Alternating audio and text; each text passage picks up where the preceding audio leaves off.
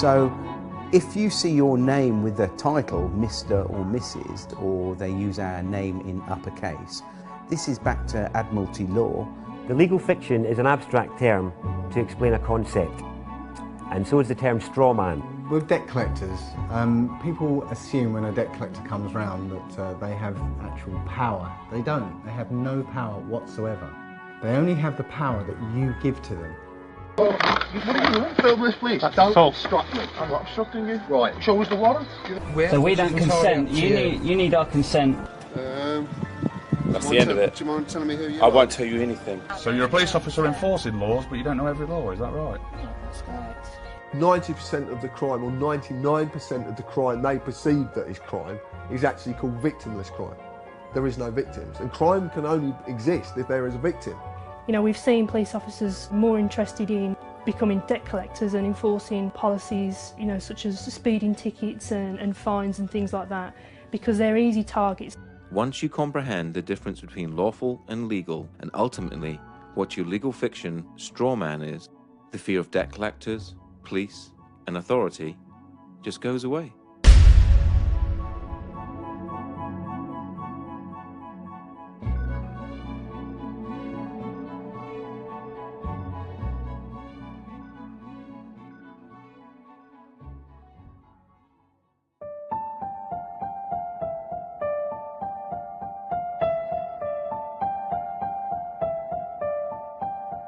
If you live in the UK, you are led to believe that the Queen is the only sovereign.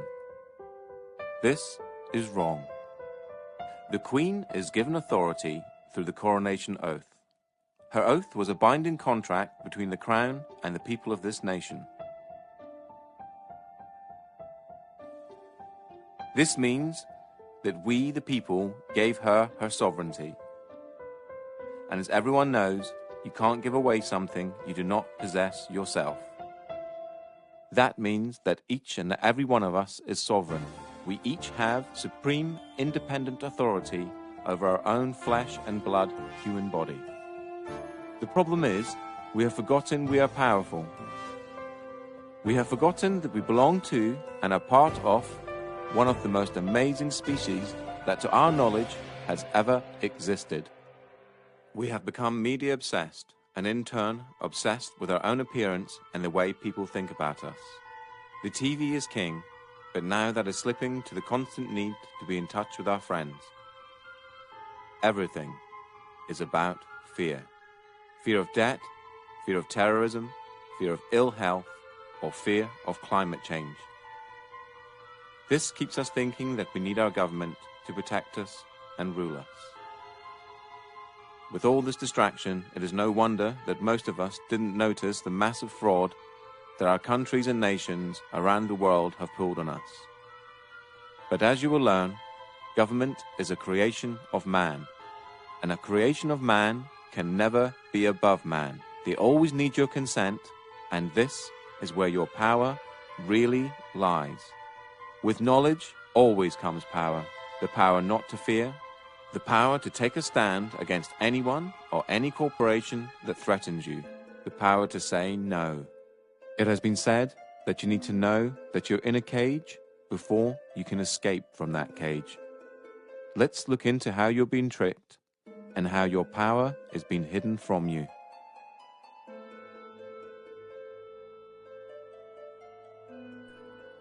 If you've never heard of the terms legal fiction or straw man, then what you're about to learn is something that sounds so astonishing that it couldn't possibly be true.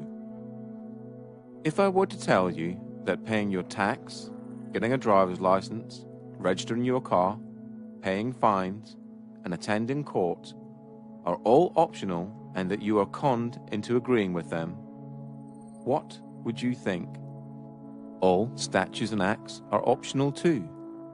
Your straw man is a fictitious legal entity created at your birth through your birth certificate and the registration of that birth. Okay, my understanding of the legal fiction, which is also referred to as the straw man, the way I explain it when I do talks, I keep it really, really simple. And what I do, I liken it to a game of Monopoly. Now, in a game of Monopoly, you actually have a little token like a dog or a battleship or a hat, you know, like a little top hat, and you move it around the board. Now, I believe that they actually give us a fictional entity which we can actually use or not use. And I believe this is and a lot of other researchers do as well, that this is your name in either uppercase or with a title. That when each person is born, whenever a human being is born, there's two entities. One is the real entity, which is the human being, the flesh and blood, and the other is a legal fiction, a fictional entity that is nothing more than a piece of paper, the birth certificate. Again, we're duped into believing that these are one in the same, and so we're tricked into representing the legal fiction, the straw man, that birth certificate. So when people get fines and things like that, it's actually consulting the legal fiction, the non-existent entity, the corporate entity that is owned by corporations. You have any interactions with the bureaucracy, okay? They're not interacting with you, they're actually interacting with your legal fiction, because they can't deal with a flesh and blood human.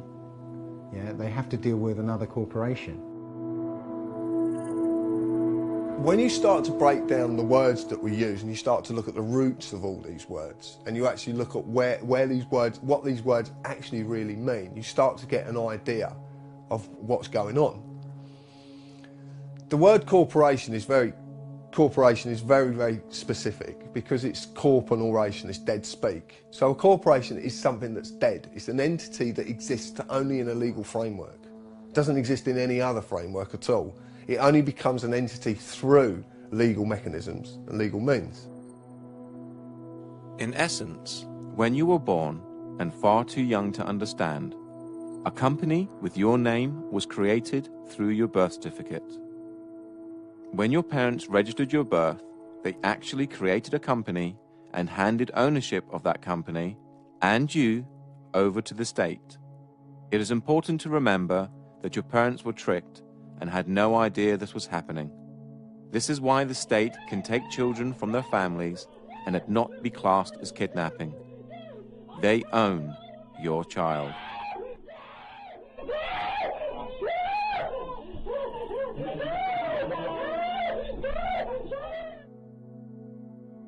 They own 1/10. Because they registered the child, they have 9/10. Possession is 9/10 of the law. But there's 1/10 floating about somewhere. And the government have claimed that 1/10. So when the child, because I've had it from social workers, at least now, 3 social workers on separate occasions have come out of audiences and actually said to me, you're right in what you're saying, is because we have to get the birth certificate within 48 hours of taking the child. And if they can't get the birth certificate, they have to reapply to be able to get the birth certificate. They have to get it, because that is proof of who the slave is, what the slave is. And actually, in legal terms, they're actually only entitled to the birth certificate and not the child. To take the child on the pretense that they are this legal personality is theft. So in legal terms, it's kidnapping. But the social services can use legal kidnapping, because everything is okay as long as it has the stamp legal applied to it. That includes war, genocide. Anything is okay as long as it's okay, it's legal. The same thing also happens when you register your car. You get a document back saying you are the registered keeper and not the registered owner. So yeah, obviously we've just spoken about registering children, and the other thing that we register though is our vehicles. And obviously either of those can allegedly be taken off you at some point in time, which is quite interesting. The 2 registered items are the things that can be taken. You are the registered keeper of your car. You're not the owner, you're the keeper in their eyes. Now they'll argue that point, and a lot of people will argue that point, but it's quite easy to quell this argument and say, well, okay, if you don't put tax on the car, then they'll come and take your car. Now, in the legal world, taking anything from someone without a legal mechanism to do so is theft.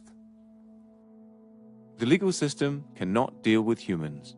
It can only deal with pieces of paper. Only common law can deal with humans. So at your birth, they created a piece of paper with your name on it, in capitals, just like any other corporation. This is done to dupe you later in life into thinking that you are the legal entity and not you.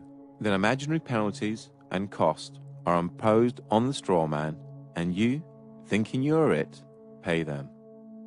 And it's kind of like an overcoat, this legal fiction. You know, as soon as you put it on, as soon as they invite you to put this overcoat on, and you do so, now they can grab hold of the overcoat and throw it in jail with you in it. But until you put that overcoat on, they can't do anything to you, because you are not that name. You know, you think you are, you know, you're taught you are, but you're not. The deception is done through the manipulation of words and language.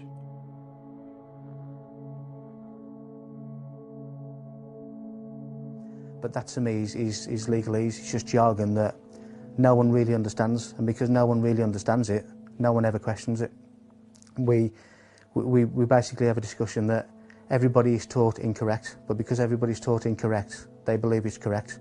Legalese is a whole language of its own. It's a complete legal jargon that's not really designed for anybody to understand it other than those that are supposedly supposed to be enforcing it. And it's something that's so complicated that not even police officers understand what they're saying.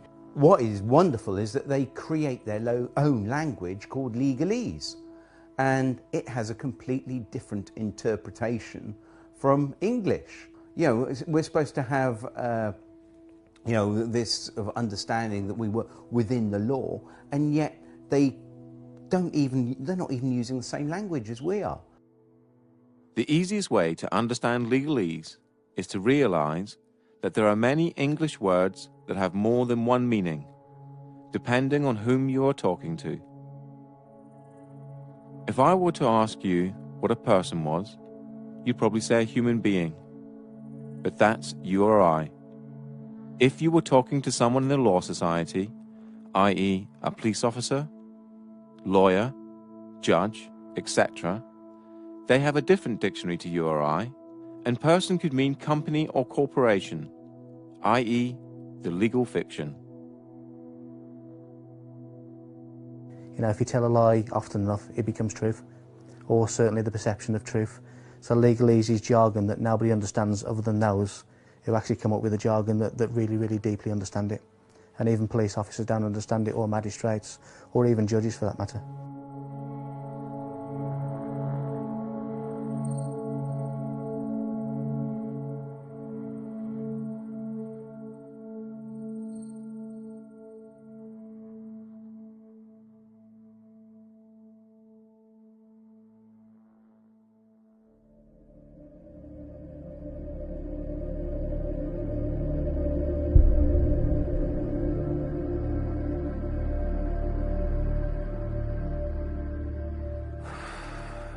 Tax is probably the best way, the only way better than fractional reserve banking to starve a community is taxation.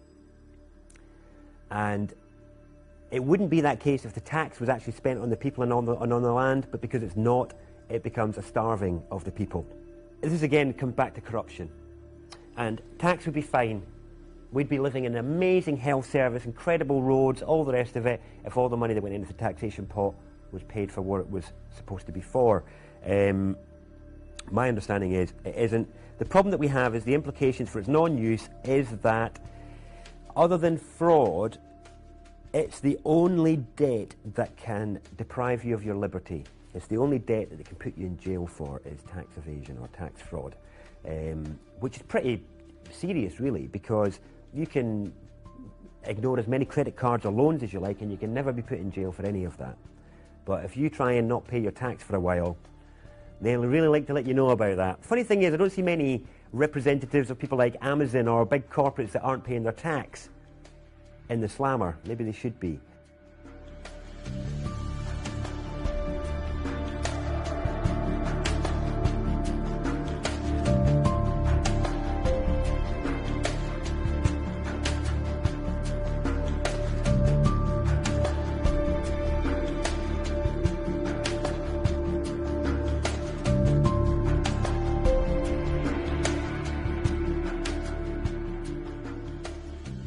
Income tax in the UK first started in 1799 as a temporary measure to cover the costs of the Napoleonic Wars. It is still a temporary tax today, which expires each year on the 5th of April and has to be renewed as a provision in the annual financial bill. Income tax was withdrawn in 1816, but was re-established in 1842 and has stayed since. Because of this, human beings are the only creatures on the planet that pay to live on it. The government does not own the product of your labor. If they did, you would be a slave. Since they do not own the product of your labor, then taxation can be defined as theft, or more accurately, extortion and blackmail. No man can own another, so no man can own the fruits of another man's labor. Most people will argue that it is a necessary evil, and that it's legal because the government say that it is. How else would we pay for hospitals, police, roads, and so on? Well, reaching into your own pocket to help a good cause is noble. Reaching into someone else's pocket under the threat of force is despicable. Here is a quick analogy. I run a construction firm, and I knock at your door and demand £10,000 to build an extension, or I'll take all your stuff and throw you in a cage. Essentially, that's what the government do when they tax you. They say they're going to supply you with services and protect you, but if you don't pay them, just like the mafia, they are the ones that come after you and use force and violence to get the money out of you. The trouble is, most people never look at these situations from these angles, and so rarely see the deception that is constantly being pulled over our eyes. A large percentage of all the tax you pay is used on war, bailing out the banks, and paying off the national debt. It has been calculated that 47% of all your income is spent on tax. You work 5 to 6 days a week and get to keep 54% of your wages. Then you have to pay for your mortgage or rent, gas, electricity, water, food, clothes, and that's just the basics. No wonder both parents have to work and work constantly, unlike families of just 50 years ago. You are a slave, and you're in a metaphorical cage that, just like Neo, you cannot touch, taste, or smell. A prison created by the mind of man. Governments essentially run human farms and feed you the perception of freedom. Governments do not make money within themselves. The government's primary function is to trick money out of your pocket and feed it into their business, so they can carry on with wars, deception, and human farming, all in plain sight.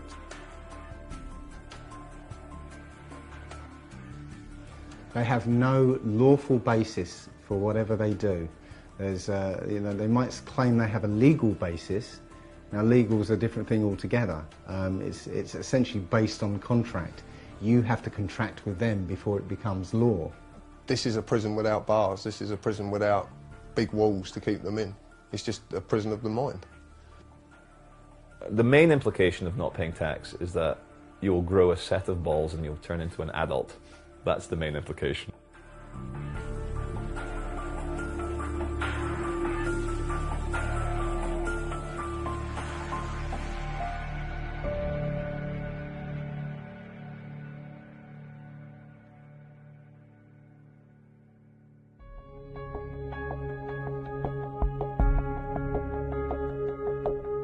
The three functions of money are distinguished as 1.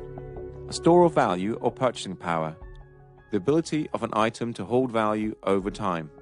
2.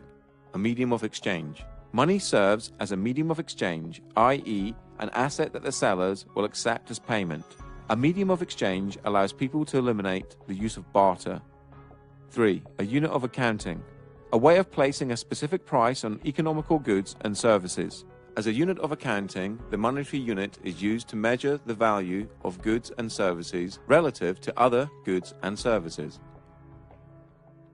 Money in its modern form arose from goldsmiths who retained gold and other precious metals in their safes and in exchange they gave certificates to prove the deposits.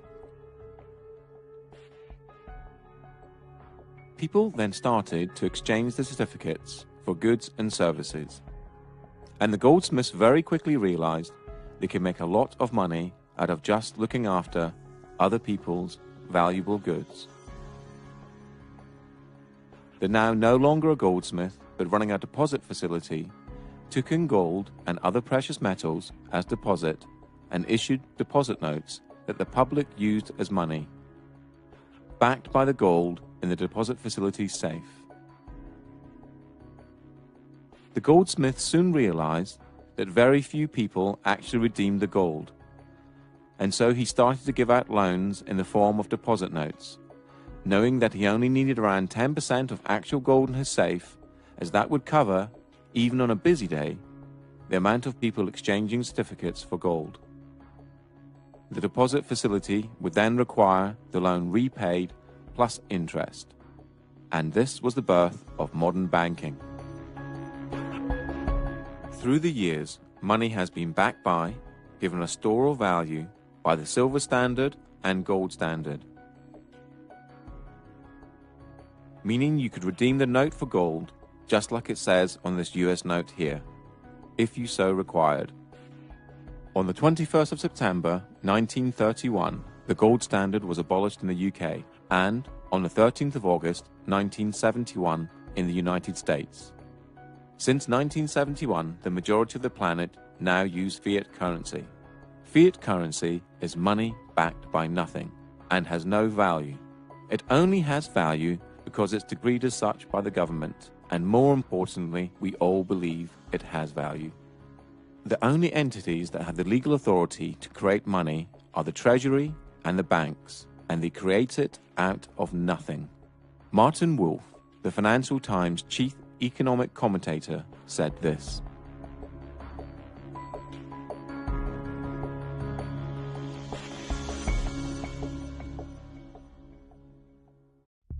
only 3% of money is physical and 97% is electronic, and this electronic money is completely controlled by the banks. To repeat again, the banks create money out of nothing and then lend it to you and ask you to work using the most precious commodity on the planet, your human energy, to pay back the loan plus interest. Money is essentially a claim on human labor and can also be defined as debt. A debt is created for you to pay back. So why don't the banks just print money and get rich that way? Well, because they need you. They need you to create a promissory note in the form of an agreement. A promissory note is a species of money, and when you complete and sign the agreement, the document now has value, just like a banknote. So, at the heart of money lending is a massive fraud. You create the money with the authority of your signature and the creation of a promissory note that the banks then securitize, making them more money. Then the bank makes you believe you have borrowed the money and requires you to pay it back plus interest. Please remember this when you get to the section about debt later on in this documentary. During this documentary, you will hear people talk about promissory notes and bills of exchange. A promissory note is a promise to pay and is created by you, the debtor, and a bill of exchange is an order to pay and is created by the creditor. And they both have value. The way I try and explain the whole crux of the financial system is what I normally do when I'm doing a talk. I have a little bag of marbles and I have 10 marbles in there if I haven't lost one of them. And so what I do, I sort of get the marbles out, show everyone, right, 10 marbles, put them back in the bag. I say, right, is there anyone here that can get 11 marbles out of this bag? And they're all looking at me like I'm mad. I say, well, that's how the banking system works. It's absolutely crazy because what they do, they create a certain amount of money, but then they want more back. But hang on, that interest that they want more back doesn't exist. It can never exist. So two things have to happen as a result. one thing, the supply of money, or marbles, whatever we're talking about, has to increase. And not only does it increase, it has to increase exponentially, more on top of more. So it's basically, the curve is going up and up and up and up. The other thing that happens is people are always, it's like musical chairs. You know, if we all stand up and dance and then we all sit down, but a chair is taken away, somebody is going to end up on the floor. Somebody can't find that money to pay back because that money does not does not exist. And this creates the poverty and crazy competition and not enough to go around. And this is the biggest problem with fractional reserve banking.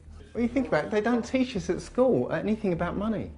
I mean, money's about the most important thing in this society. Why don't they teach us anything about it? They can't. It's a confidence trick. Yeah? You know, and it's 180 degrees from the way we think of it. You know, we think that money comes from somebody else, but it actually comes from us. You know, when you get a loan, they present you with a loan agreement. Yeah? What do you think that loan agreement is? It's a promissory note. I promise to pay back 3 times the amount if it's a mortgage, you know. So that what they do with that promissory note, they monetize it. They put it into an account and cash it. And now they give you that money and say, now you have to pay it back to us.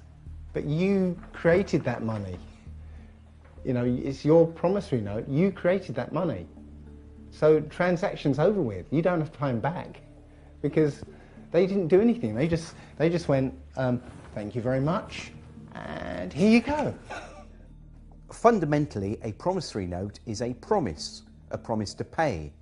Now, if I was going to give you a promissory note for 2 dozen eggs, that means here's an IOU, the IOU, 2 dozen eggs. Now, it could be on demand, or it could be at a set time in the future.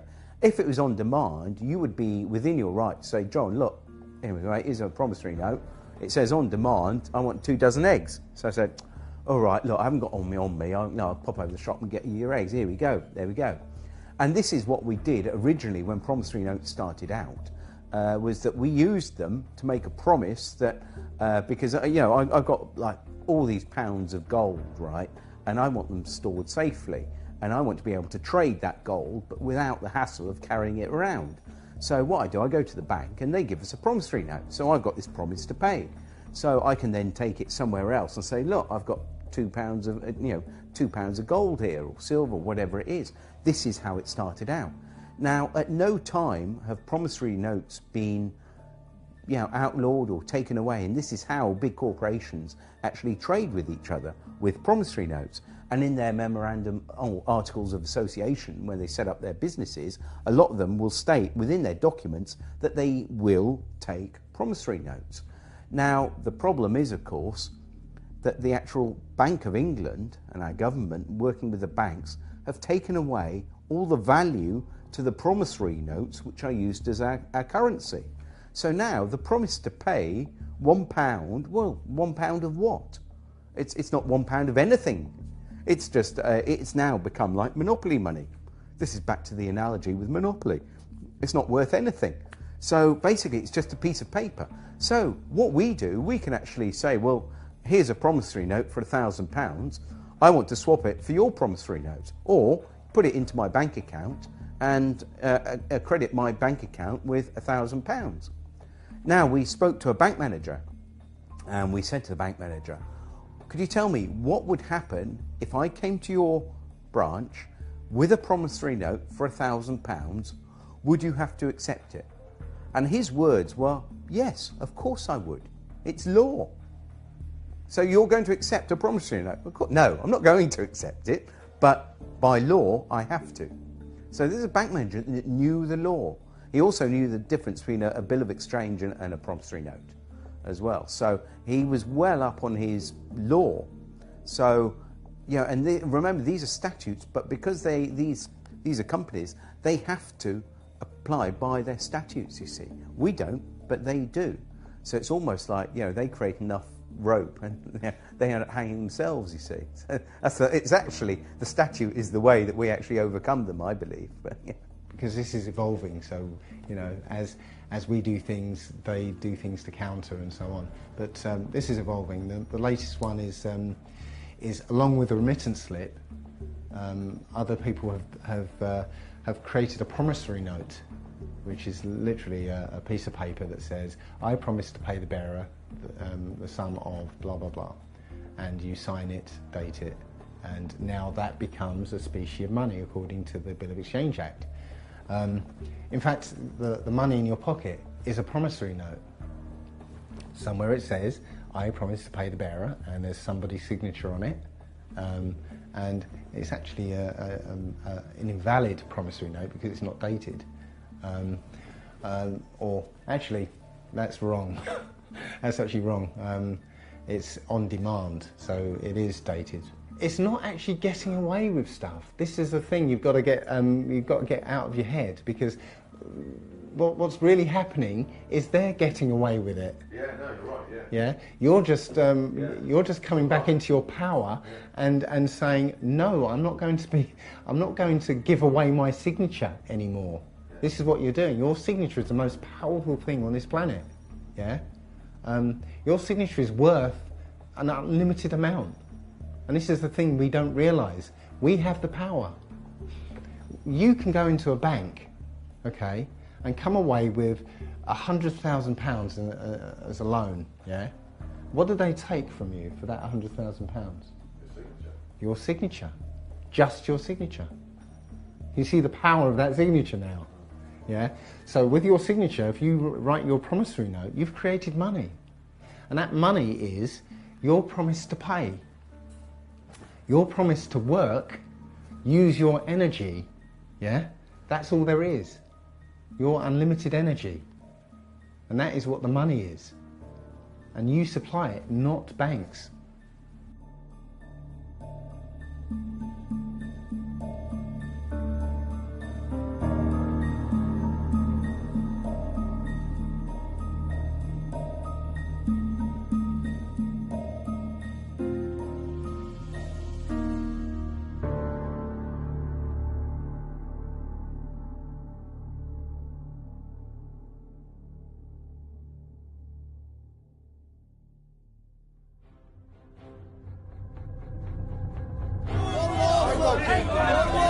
Don't assault me! Don't assault me!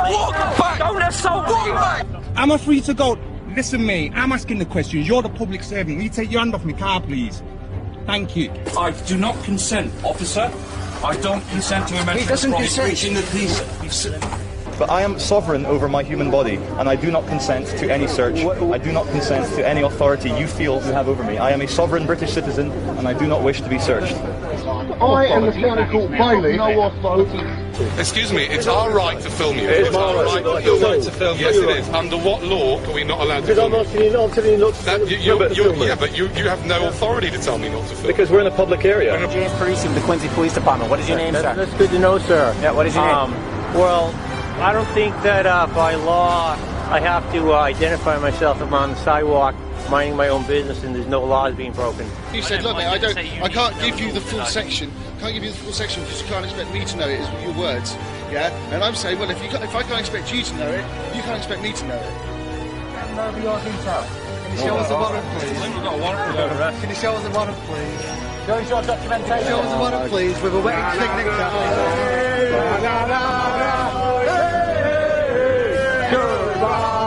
I'm not happy with this, mate, honestly. Okay, alright, well... Am I being detained right now? No, you're not being detained right now. Am I free to go? Sorry? Am I free to go? Not at the moment, no, because I need to... Well, am I being detained or arrested right now?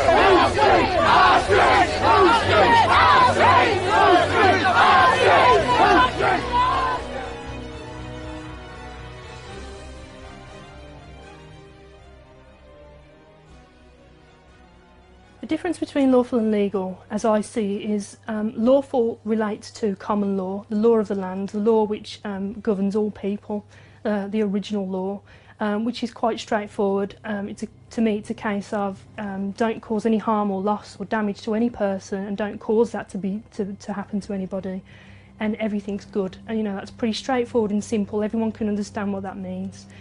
Legal pertains to our legal system and where statutes and acts come from, and it's a system that doesn't actually relate to common law. So we've got these two systems running side by side. We've been fooled into believing that they are one and the same, and so when police are policing the streets, we're enforcing policies, acts and statutes which, when looked into, are not actually necessarily lawful.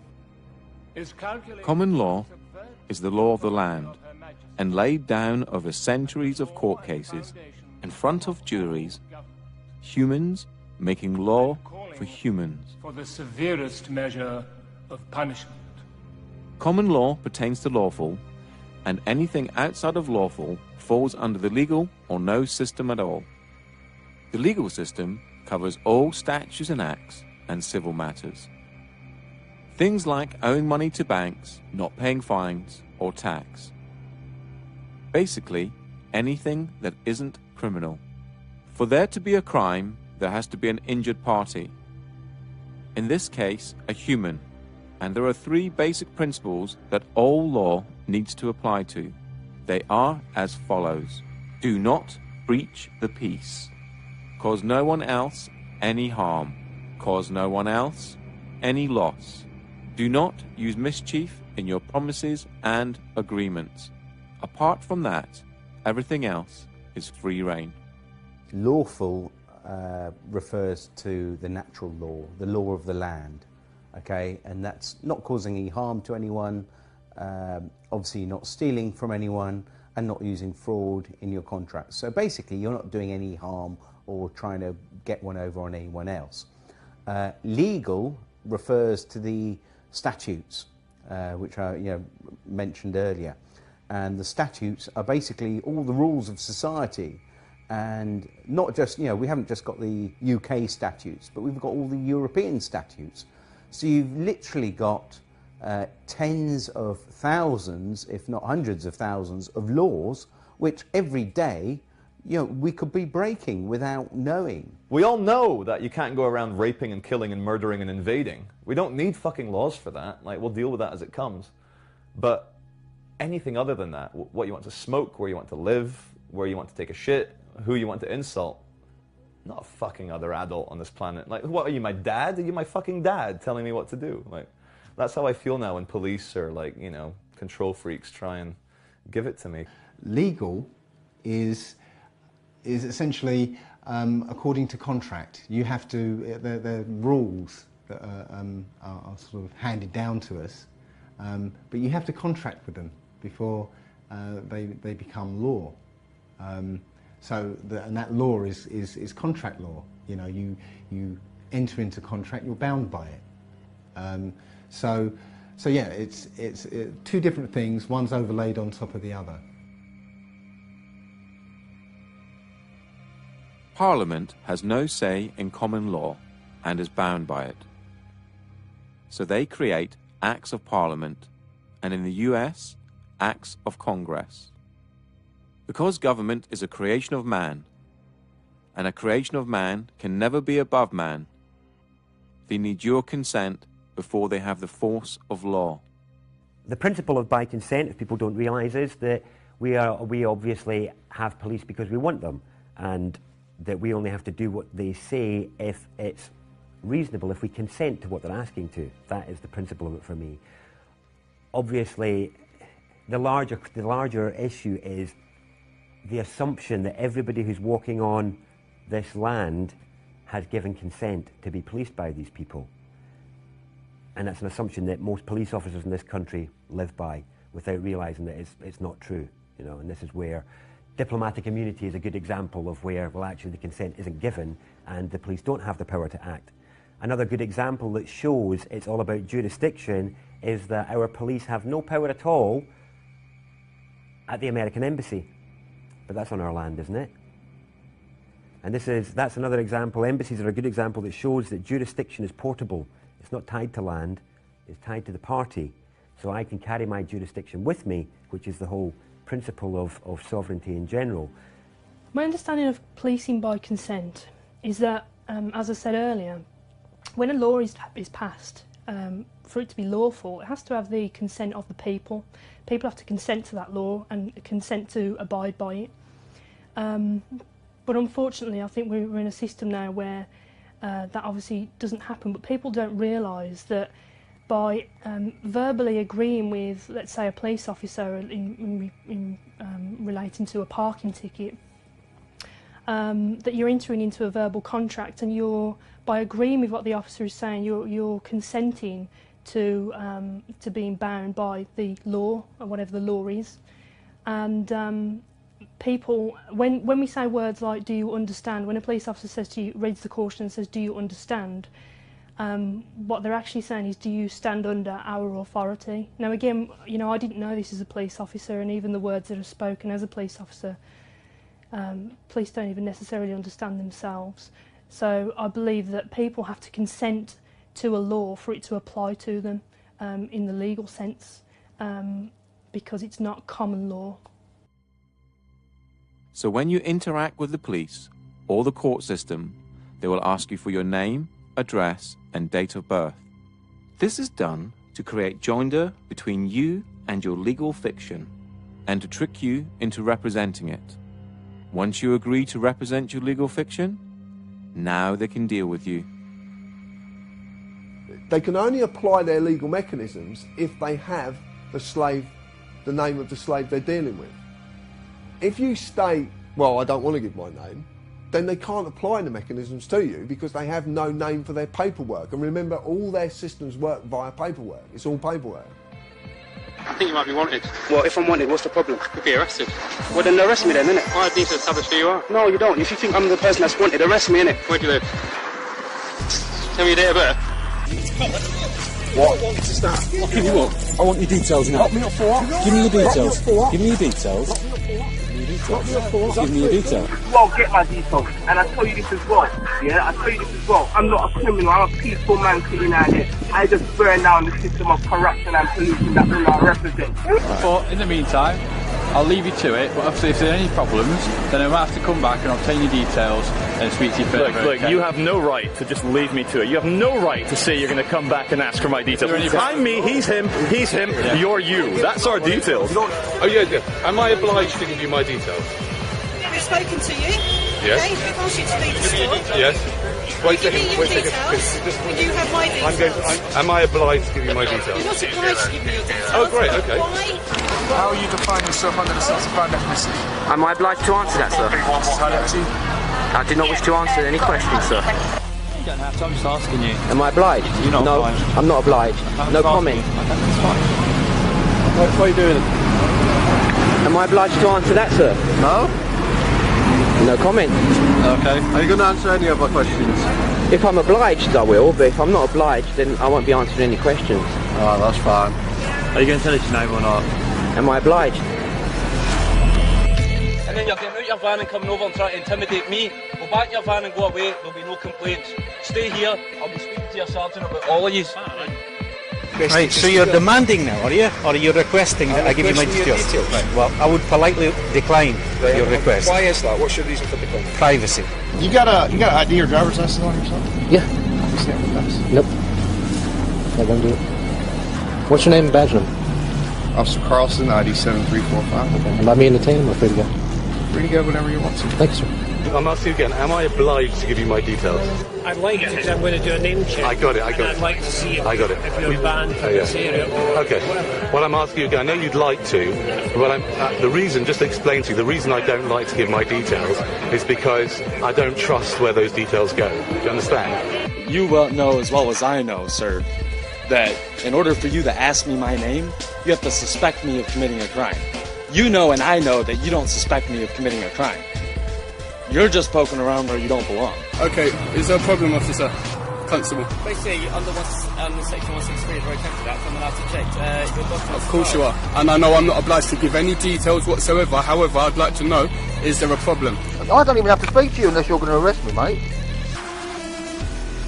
You got some mental health problems? No, mate. No, I just know my right to remain silent. Well, No, I didn't. Yes, you did, mate. When the camera was not on. That's what you said. Have you got Okay? a contact phone number? Right, no, I haven't got a contact phone number. I'm not obliged to give any contact phone number.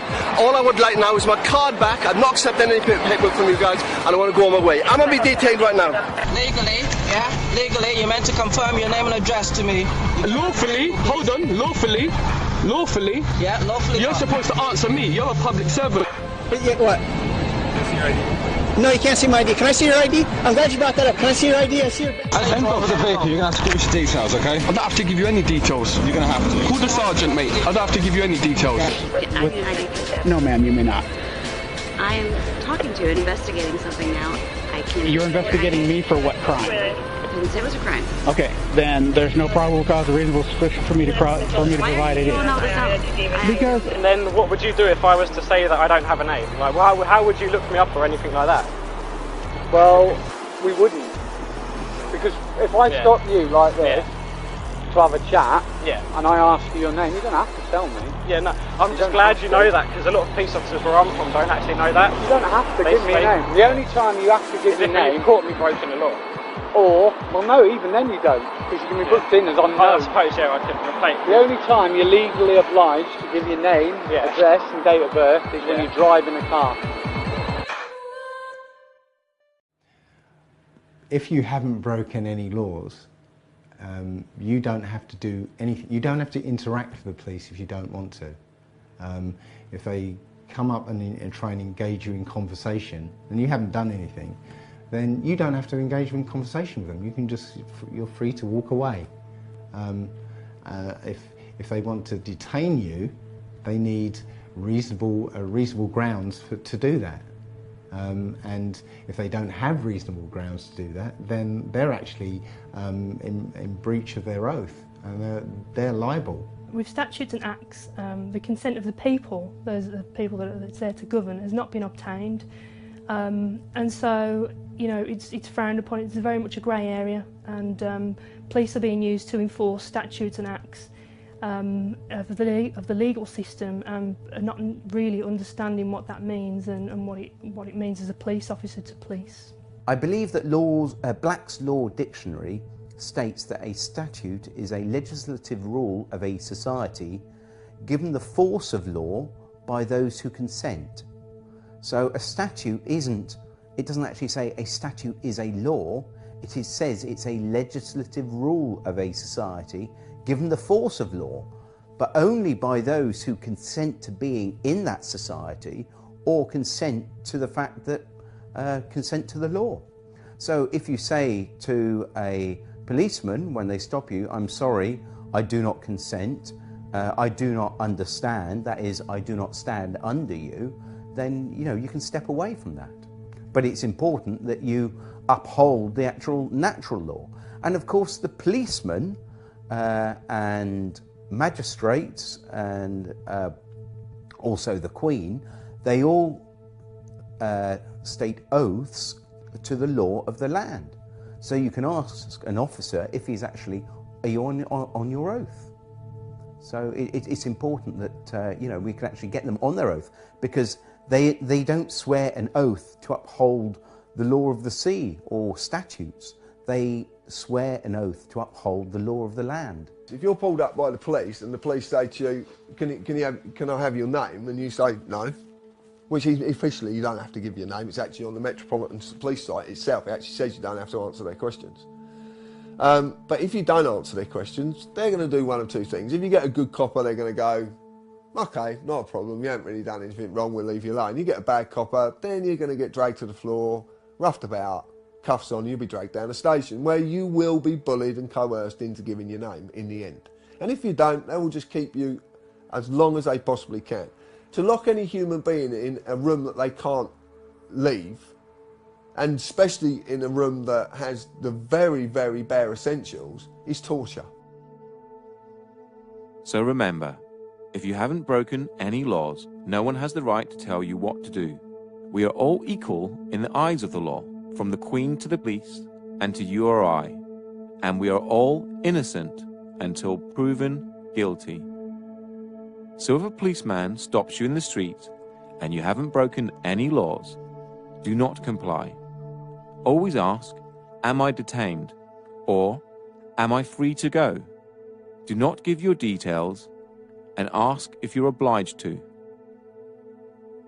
If they do try to search you or arrest you without your consent, tell them you are doing this under duress.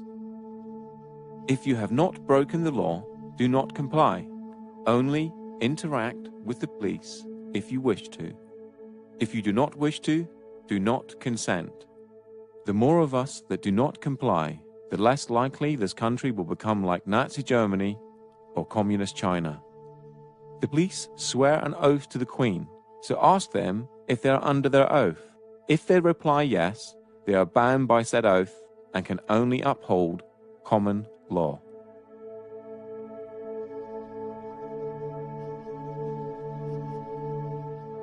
This is certainly the most updated. When I joined, it was slightly differently worded to this, but this is probably the most updated, and it starts with I, you state your name, of, you state whichever police force you are serving, do solemnly and sincerely declare and affirm that I will well and truly serve the Queen in the office of Constable, with fairness, integrity, diligence and impartiality, upholding fundamental human rights and according equal respect to all people, and that I will, to the best of my power, cause the peace to be kept and preserved, and prevent all offences against people and property, and that while I continue to hold the said office, I will, to the best of my skill and knowledge, discharge all the duties thereof faithfully according to law. That is the oath and attestation of a police constable. If you ask a policeman to say, are you on your oath, very often they change their, they actually realise what you're talking about, and they change their behaviour, because their oath was to uphold the common law of the land and not the statutes, not the law of the sea, which is the law of commerce, because we realise that everything now is to do with commerce. When the policemen stop us, you're not wearing a seatbelt. Well, who am I causing harm to? Where's the loss or damage? It's crazy. And so they say, oh no, you're breaking the law. Well, I'm just breaking a rule, but why? What authority do they have over us? I haven't given them my authority. The oath that every police officer is to preserve the property, life and subjects of the Queen. Now that to me is people, property, disturbances, breach of the peace. That's how I understand the office of constable to be now. It's basically an oath is a promise. I promise to enforce the law. I promise to serve Her Majesty's subjects. I promise to prevent them as much as I can, prevent them from being harmed, to prevent their property from being destroyed. That to me is the oath of a constable. Police take an oath when they join the service. Again, they don't really understand what that means. It's not explained in any details. It's kind of a grey area. You just take it to mean whatever you want it to mean. But it's all been set up to allow the system that currently enslaves people to carry on enslaving and to further that enslavement into every aspect of our lives. Hey guys, so I'm here at Parliament Square for the Occupy London protest. I've just come over to a group of police officers who are protecting and serving the people today. I've just approached this guy here who obviously has his back to me now. What's your name, please, sir? Obviously you're obliged to tell me. It's your job as a public servant to identify yourself. So could I have your name, please? Okay, we have here Constable Bird. It's a pleasure to meet you, sir. I have here about 200 copies of the UK police officer's oath of office. I've just asked them if they know their oath. They've gone very quiet on me. This isn't an attack on you guys, just so you know. Like, I'm not trying to cause trouble with you or anything. I'm just trying to make sure you do your job properly, obviously. I mean, some emergencies just come up, so I'm going to follow them just to see why they're avoiding my questions. I think we all know it's because they don't know their oath. But I'd like to offer them a copy just to see if they will remember why they became police officers, which was obviously to protect and serve the people of this country. But if during their programming and their training and stuff have forgotten who they actually went into the job for, I'd like to remind them. So I still have the oath in my hand. Look, you can see all the copies. They're walking away from me. They don't want to hear it. My aim at this protest is obviously to help the police remember their oath, to remember what it is that gives them this authority in the first place, and hopefully they will honour humanity and uphold. Let me just read their oath to you guys. Look, they're really walking away from the square and everything. They don't want to hear this at all.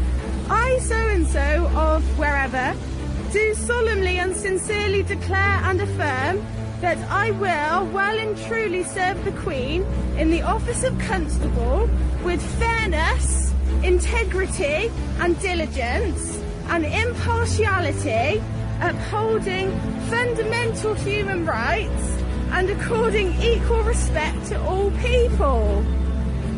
And that I will, to the best of my power, cause the peace to be kept and preserved and prevent all offences against people and property. Sorry, where was I? Prevent all offences against people and property, and that while I continue to hold the said office, I will, to the best of my skill and knowledge, discharge all the duties thereof faithfully according to law. So could you now recite that back to me? This is going on the internet, by the way.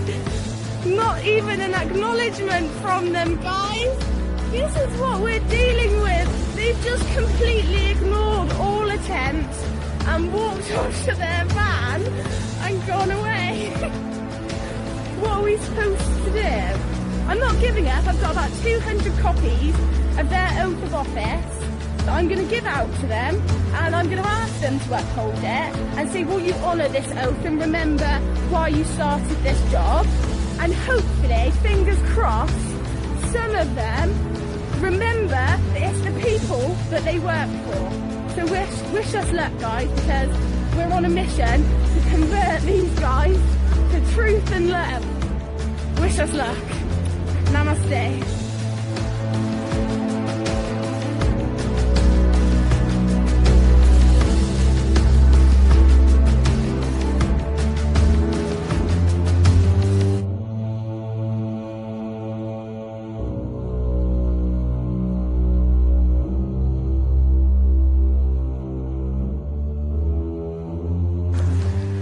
How are you insured? Excuse me, take your hands out of my camera. Today?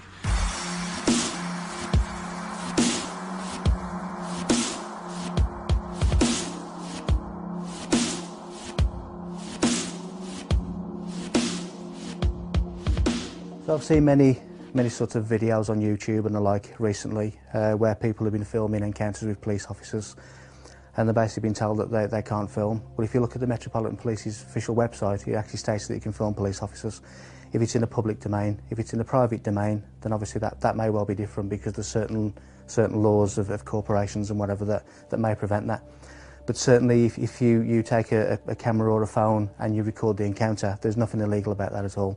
It maybe help as a witness as an accurate account of what's being said, so there's sort of no ambiguity at a later stage. But certainly not illegal to film anyone in a public domain. There are simply no laws preventing you from filming in public. This also includes the filming of the police performing their duties. Here is a letter that was sent in 2010 to all police stations regarding filming in public. Dear colleagues, Guidance for Photographers. I am writing to you in my capacity as chair of the ACPO, Communications Advisory Group, which sits in the Presidential Business Area. There have been a number of instances highlighted in the press where officers have detained and deleted images from their cameras. I seek your support in reminding your officers and staff that they should not prevent anyone from taking photographs in public. This applies equally to members of the media and public seeking to record images who do not need a permit to photograph or film in public places. ACPO guidance is as follows. There are no powers prohibiting the taking of photographs, film, or digital images in public places. Therefore, members of the public and press should not be prevented from doing so. We need the cooperation with the media and amateur photographers. They play a vital role as their images help us identify crime. We must acknowledge that citizen journalism is a feature of modern life, and police officers are now photographed and filmed more than ever.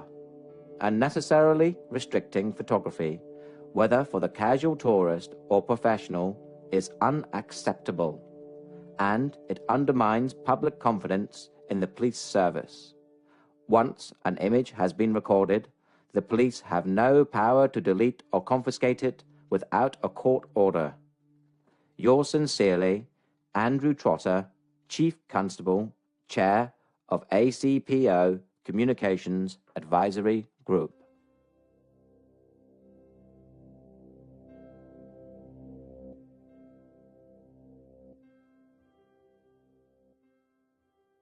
As a professional television cameraman or a member of the public, I am allowed to stand in the street and shoot. I don't need 4 police officers or wardens or whatever you are when I stop to do this. This is absolutely bloody ridiculous. And I'm fed up with every single time that I do this of being stopped and being questioned and being treated like some kind of criminal. Oh, for God's sake, this is Windsor Castle. There are 1 million people around here with cameras. Do you think a terrorist would stand here with a tripod and make it bloody obvious? Or do you think a tripod would just get a terrorist would get a home video camera out and shoot? It's obviously I'm wasting my time talking to you. You clearly are. Thank you very much. Let me get on with my day. I'm not arguing, I'm asking you a question. Can I film anything in public, in the public? If it's against the law to film in public, then everybody with a camera would be breaking the law, wouldn't they? What is the actual law saying I'm not allowed to film you? Nothing. There is no law to say you can't. Okay.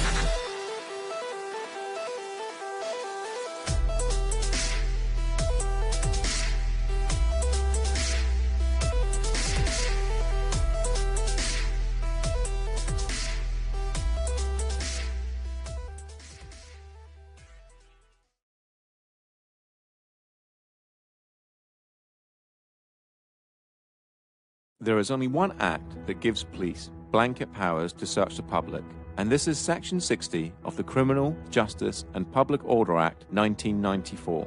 But this needs to be authorized by an inspector or above, and only if he or she suspects that instances involving serious violence may take place and that persons are carrying dangerous instruments or offensive weapons. The order will cover a specific area, normally a town or suburb, for a period of no longer than 24 hours. In a nutshell, if there has been a riot or a gang fight or something of that nature, a Section 60 may be brought into force, and anyone in that area can be searched without reasonable grounds for suspicion. All other bases for searches need reasonable grounds for suspicion, and they must follow go wisely. Officers conducting a stop and search will work through a process called go wisely.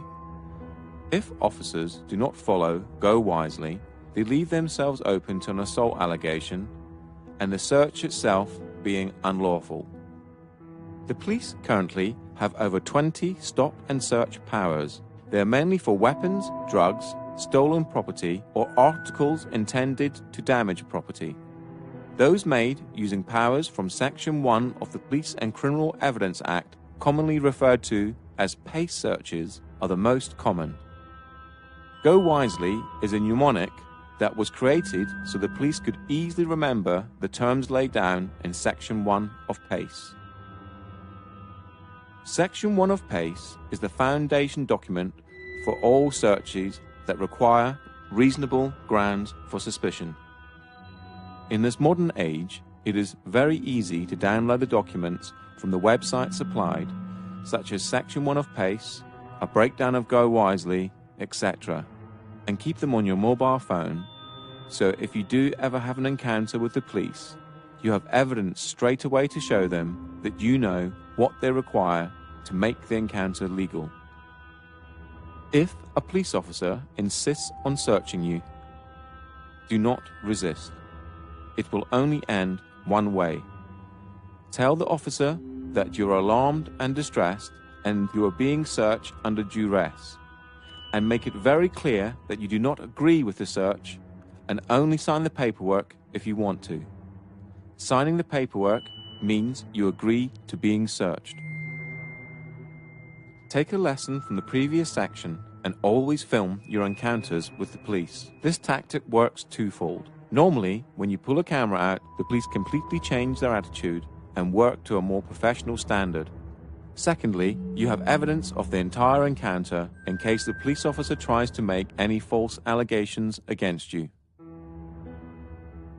If you are being searched under the Misuse of Drugs Act 1971, the police officer must comply to go wisely as laid out in PACE Section 1.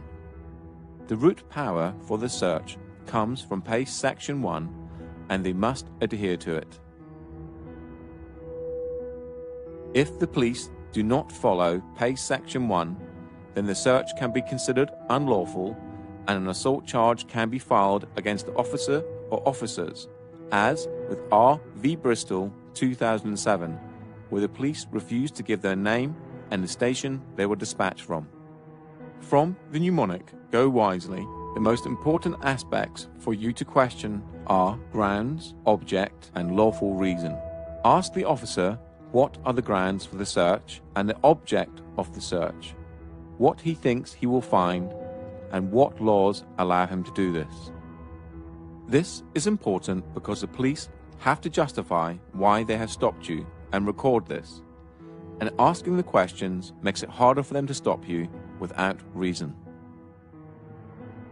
The point to all this information is, the police cannot search you unless a Section 60 is in place, without reasonable suspicion.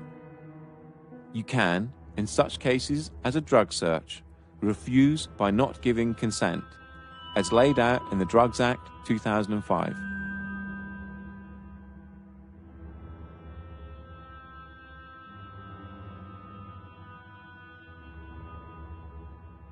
Here is an example of how this information can help you and possibly make the police treat you with a little more due diligence. Actually, if I can be searched, Section 23, misuse of drugs. I do not consent to the search. You don't get a choice, my friend. What do you mean I don't get? Wait, hold on. I don't consent to the search, and you just told me I don't get a choice, yeah? Wait, you're telling me I don't get a choice, yeah? Wait. Because you're a public servant. I'm going to let you search me after you answer my questions. You're telling me I don't have a choice, yeah? That's what you're saying. I don't have a choice, yeah? What I'm saying to you is I don't have a choice. No. You're a public servant. I'm allowed to record you. And plus, do you know what? You can take my phone and smash it. This is live streaming. You can take the phone, it's live streaming, it goes saved straight into my laptop. So you can try to confiscate it all you like. I've got you on camera. You just said I don't have a choice. Don't touch my phone, that's assault.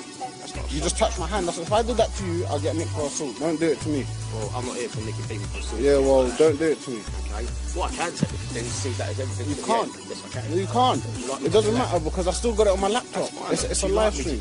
Go on, what you searching me for? What you searching me for? Come out that bin. Yeah, his hand's gone down. He drops behind the bin. All right. Yeah. All right. Yeah. You.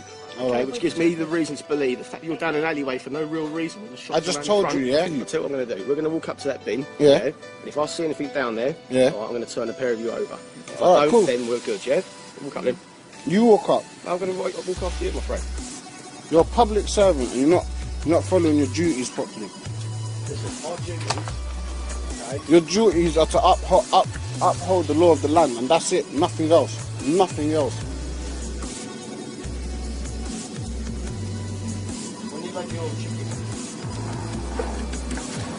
You're not obliged to tell them, bro. You don't have to tell them. And I'm telling him the law, innit, just in case he doesn't know. He doesn't have to tell you. I will not calm down. You don't have to tell them your name, Phil. If you want to, you can, but if you don't... Yeah? You never found nothing. You're not going to search me. That was your deal, innit? Cool. And now I need to ask you a question. Are you working in accordance to the oath that you took to become a police officer? I need to answer that question. Of course you do. You're a public service. You're a public servant. You have to answer all questions.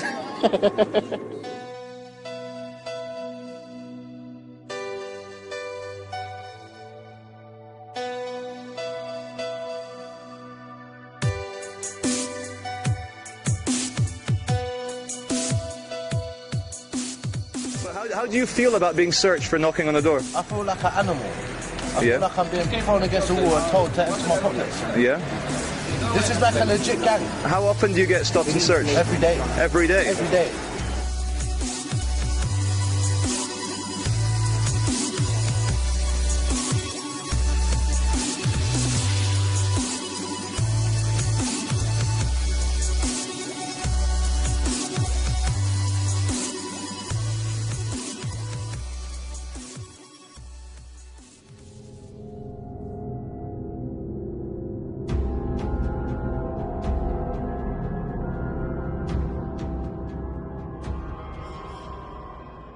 If you are being stopped by the police under Section 163 of the Road Traffic Act, which allows the police to stop a person driving a mechanically propelled vehicle, you could argue that you are not a person and that you're not driving, you are just travelling, which would all be true but will probably get you nowhere. They will then most probably move on to Section 164, which grants them the power to ask for your driver's licence, so they can confirm your details and that you're legally allowed to drive the car. Now, since this is an act we're talking about, there is no law saying that you must give your name, but by having a driver's licence, registering your car and paying road tax, you sort of agree to it through conduct, to the rules of the Road Traffic Act, that is. The best advice here is to stay in your car and roll your window down, just enough so you can hear the officer and they can hear you. The police have no right to ask you to step out of your vehicle. Ask them why they have stopped you. If they reply Section 163, Section 164, or Section 165 of the Road Traffic Act, it is just to check documents, so give them your license or give them your details. If they require any further details, for example, your insurance documents, ask them for a producer. This is laid out in Section 165 and allows you 7 days to produce documents at a police station of your choice. This could also be the key to not having your car towed if the police cannot confirm you have insurance.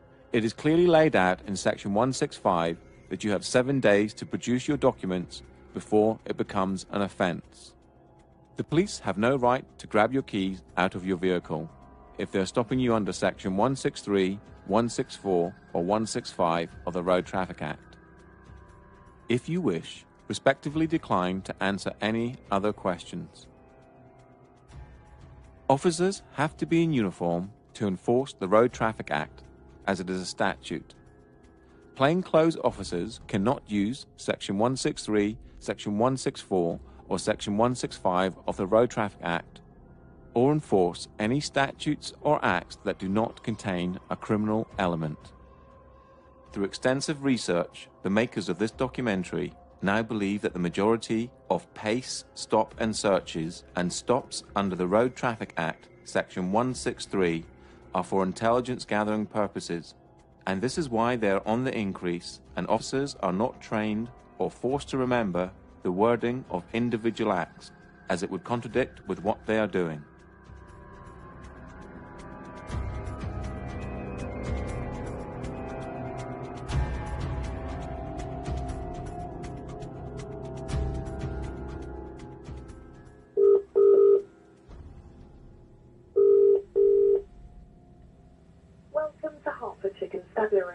If you know the name or the warrant number of the person you wish to speak to, please press 1. A new trend is occurring with police searches, and it has to do with the taking of mobile phones to check the IMEI numbers. Right, Sarge? How you doing? You okay? I'm fine, thank you. You don't want to give the officers your details? Yeah. What, is there a reason for that? Because I haven't committed any crime and I don't think I'm obliged to. No, you don't have to. Yeah. What we will do is we do an IMEI check on your phone, though. We have been told to do that. What's that? Okay? Check your phone to make sure it belongs to you. It belongs to me. It was given by my girlfriend. Yeah, we're entitled to do that, okay? Okay. So if you can hand your phone over to the officers and we'll do a check on that. Okay. You have to do that? Sorry? Am I obliged to give you my phone? Yes, you are. Alright. We're checking to make sure I've got that on record. Now everyone has a mobile phone, and I would think it very difficult for them to say they had reasonable grounds to suspect that the phone was stolen, unless the officer's information was intelligence-based. After an extensive search online, nothing came up, so I called the police to ask them. Here is that conversation.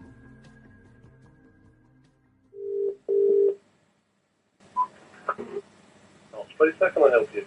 Yeah, hi mate. I don't know if I've come through to the right number or not, but I just got a really quick question about police procedures. Go ahead. Yeah, a friend of mine a couple of weeks ago was stopped in the street. It wasn't in Hertfordshire, it was in London. But he was, when he was stopped, they took his mobile phone off him and said they were doing an IMEI check. What is the legality behind that? Because I couldn't see anything online on the website or on the police website or what act it is or what powers they're using to do that.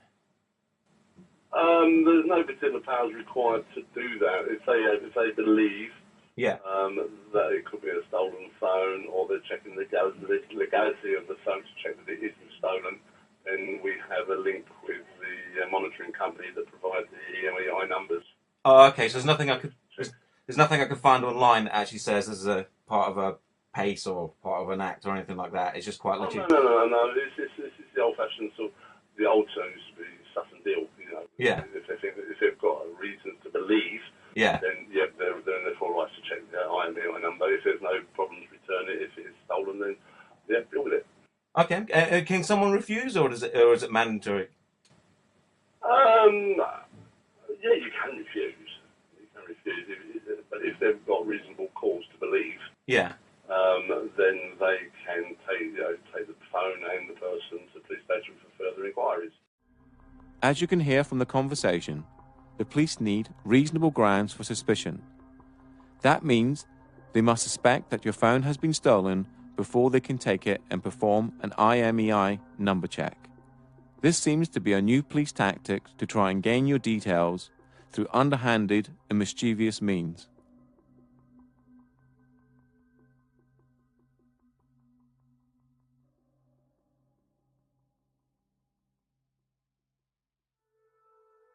A breach of the peace is an old common law concept which is used to prevent unlawful violence against people or property. A breach of the peace is not a criminal offence in itself. However, special powers exist for the purpose of stopping or preventing anyone from breaching or threatening a breach of the peace by committing unlawful violence. A breach of the peace are actions which harm another person or harm his property in his presence, are actions that are likely to provoke such harm. A breach of the peace may occur on public or private property. There is no criminal offence for breach of the peace for which someone can be prosecuted. The power exists to prevent a breach of the peace. An arrest can be made, but only to remove someone from the situation or if an imminent breach is reasonably anticipated. This means that if you are arrested for a breach of the peace, or to prevent a breach of the peace, you cannot be charged or prosecuted, as it is a preventional power. A breach of the peace is covered more extensively later in this documentary in the section regarding bailiffs.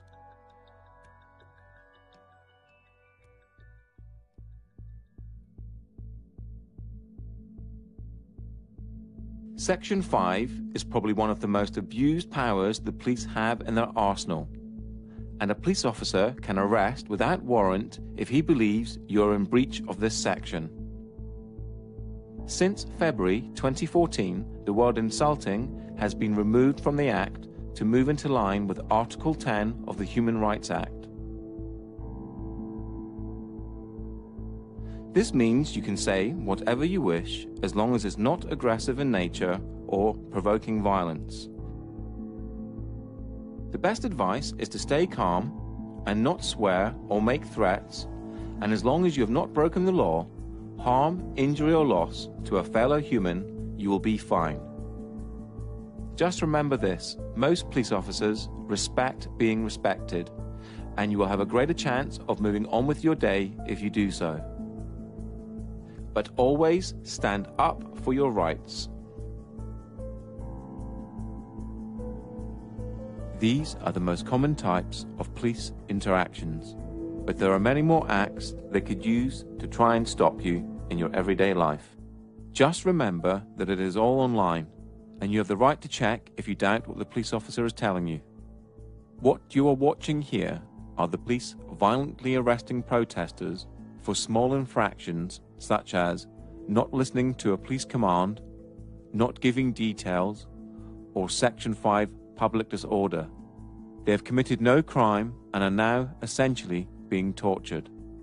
The police seem to be able to get away with horrendous acts towards people and in some cases treat the general public worse than criminals. For example, imagine someone is arrested for assault, then taken back to a police station and refused to give his name.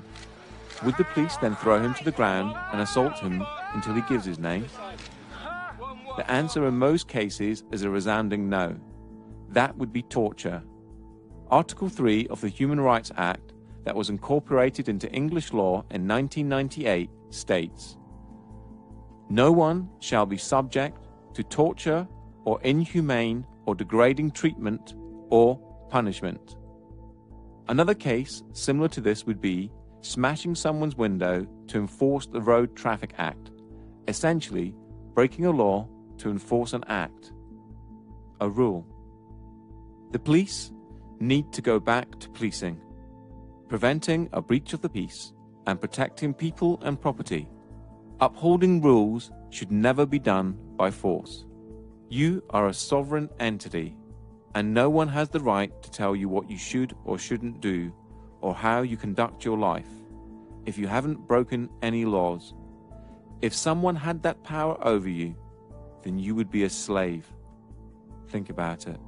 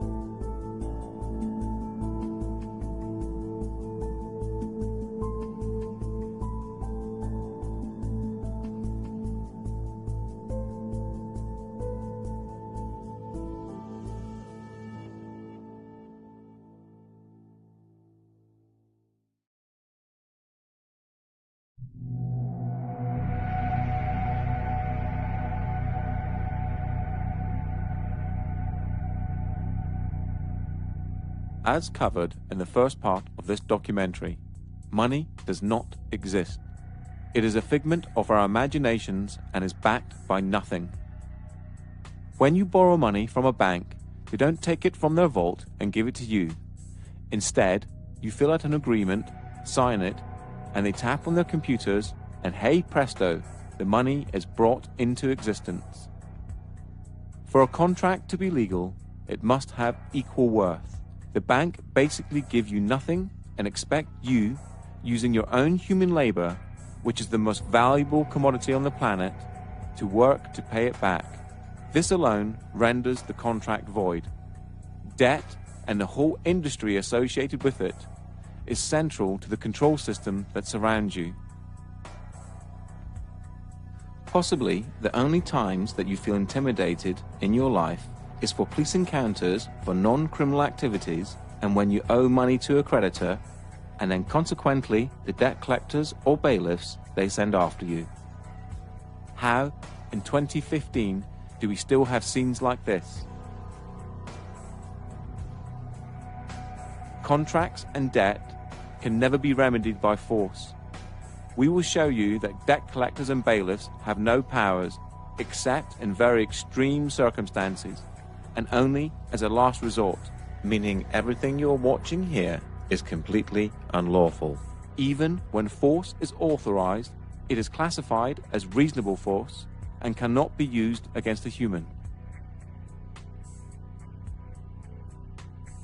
Owing money is not a crime, and you can never go to prison for not paying a debt. The whole of the debt industry runs on fear and ignorance. So now when debt collectors call, the first thing, well, not that they call me anymore, but if they did call me, I think now the first thing I would do is say, thank you very much for paying off my debt. That's really kind of you. You know, and they say, what do you mean? I said, well, you bought my debt. You might have only paid 10p in the pound for it, but as far as I'm concerned, you've paid off my bank account. Thank you very much. I really appreciate it. So, yeah, and the great thing is you can have a laugh with them, you know, because you don't take it. You know, what happened when they first started calling me, I used to get really nervous and my voice would start going all wavy. And, you know, my heart would start going, and I'd be on the phone to them because I felt really guilty, because I felt I'd done something terribly wrong getting into debt, you know. And then I realised that the whole system is designed to get us into debt, and designed to, the fact is the debts can't be paid off. And every single politician that comes on the television and says, oh, we've got to make cuts, and you know, we've got to do this, and they're trying to cut our little local hospital down here in Swanage. Well, the fact is that it doesn't matter how many cuts we make, we can never pay off the national debt. Or we can't even keep up with the interest on it because it's growing exponentially. And so this is all part of this control mechanism to keep us poor, to keep not enough to go round, when in fact, you know, if it wasn't for the money, we would have complete abundance. With debt collectors, people assume when a debt collector comes round that they have actual power to do something to you, anything to you. They don't. They have no power whatsoever. They only have the power that you give to them. They're kind of like third-party, you know, strangers, interlopers. You know, they're kind of interfering in your financial affairs. You know, you didn't contract with them. You know, you don't know who they are. They've just turned up on your doorstep, demanding money. You know, who are they? You know, so what they do is they bully you or trick you into contracting with them. And if you contract with them, now you've got a contract with them, they can chase you for money and hound you for money. They'll have a legal right to come after you, but that they have nothing until you give them that. And one of the tricks they do is they might say, yeah, give us £1 a week or £1 a month. Yeah, just give us £1 a month. And you know, that sounds kind of reasonable. You know, especially if you really genuinely believe that you have a debt to pay. Yeah, yeah, it sounds quite reasonable. But as soon as you start paying them £1 a month, you've just said that you owe them something. So you've contracted it with them.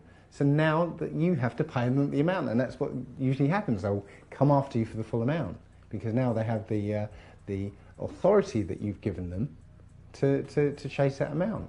I've got very little time for debt collectors. I think I've called them everything from the detritus of the human psyche to the scarred baton bearers of old that would wait around the corner waiting to pounce on the innocent and the unwary and those unable to defend themselves. Because the funny thing about debt collectors is, as soon as you show you know what they're talking about, they disappear. So they are actually only there to bully money from those who don't know how to take a stand or don't know what their rights are. Yeah, a very low opinion of debt collectors. To the people who are worried about debt, let me quote a friend of mine who I will call Jay, because I'm not going to name him because he still works for the Royal Bank of Scotland. He's a credit risk underwriter for Royal Bank of Scotland, quite high up. And on the trading floor and all the kind of stuff he does, they have a saying: the only person that owns a debt is the person who worries about it. And it's as simple as that. Don't worry about your debt. It's not real. Okay, it's real in the extent you fucking agreed, but it's not. No one's going to die, nothing bad's going to happen, no one's going to get thrown in debtor's prison because it doesn't exist anymore. The reason why Western capitalism is crumbling is because people are starting to be wise to the fact that it's a big bullshit circus charade run by those in charge to make sure that they stay rich. And it's common knowledge in the BBC, Guardian, New York Times that in the last 5 years of recession, the rich have become fucking much richer and the poor have become poorer. If that's not enough cause for revolution, I don't know what is. But people, the only thing that holds people back with anything is fear. My advice to deal with debt collectors or to deal with anybody else is get informed. If you understand what you're talking about, you have a much more powerful position than if you don't know. If you don't know what you're talking about, you are at the mercy of people who pretend to know what they're talking about. My advice is get informed, understand your rights, understand their rights, what they can do and what they can't do, and then you're in a much better position to fend off any illegality or anything that goes against what should be done. Since the financial decline starting around 2007 to present, caused by the banks and then subsequently bailed out by public money, the effects of which are still being felt across the world. Since 2007, suicide rates in males between 35 and 55 have skyrocketed and can be directly related to debt.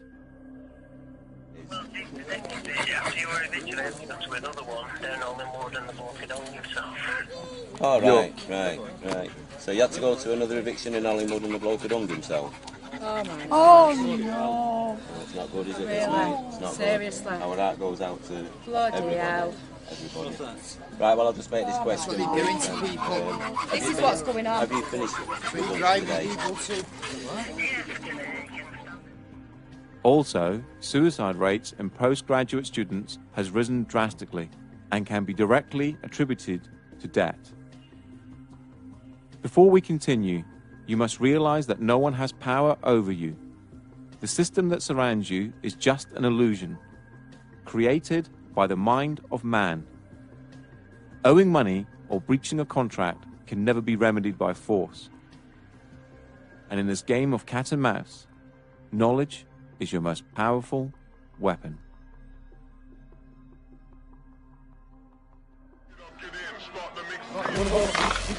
Film this, please. Don't distract me. I'm not stopping you. Right. So with the warrant. What are you going to do? What are you going to do? Take it back. Where's he going?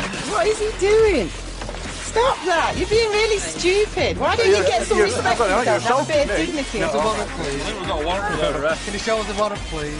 Show us your documentation. Show us the warrant, please, with a wet signature.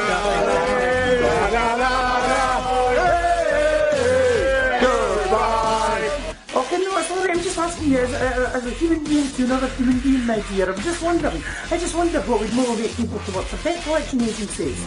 Because all you do is hassle poor people. So you can't get, so you've not got the original credit agreement with a wet ink on it, so you've got no proof of claim. Have you got the deed of assignment made? Well, the reason is, all the other debt companies before you tried to get some money out of me and didn't manage it. I'm just wondering what makes you think that I'm going to pay you anything. So what the council's done is handed it on to a different set of private bailiff called Marston, High Court Enforcement Officers and Certified Bailiffs. Right, I'll just tell you something now, right? Council tax, yeah? You cannot force MC. Go and bully somebody else. Yeah? I hope you enjoyed wasting your time. See ya! See you later. Bye-bye. See how fucking quick. Hey, see how quick you just fuck off. Horrible, aren't they?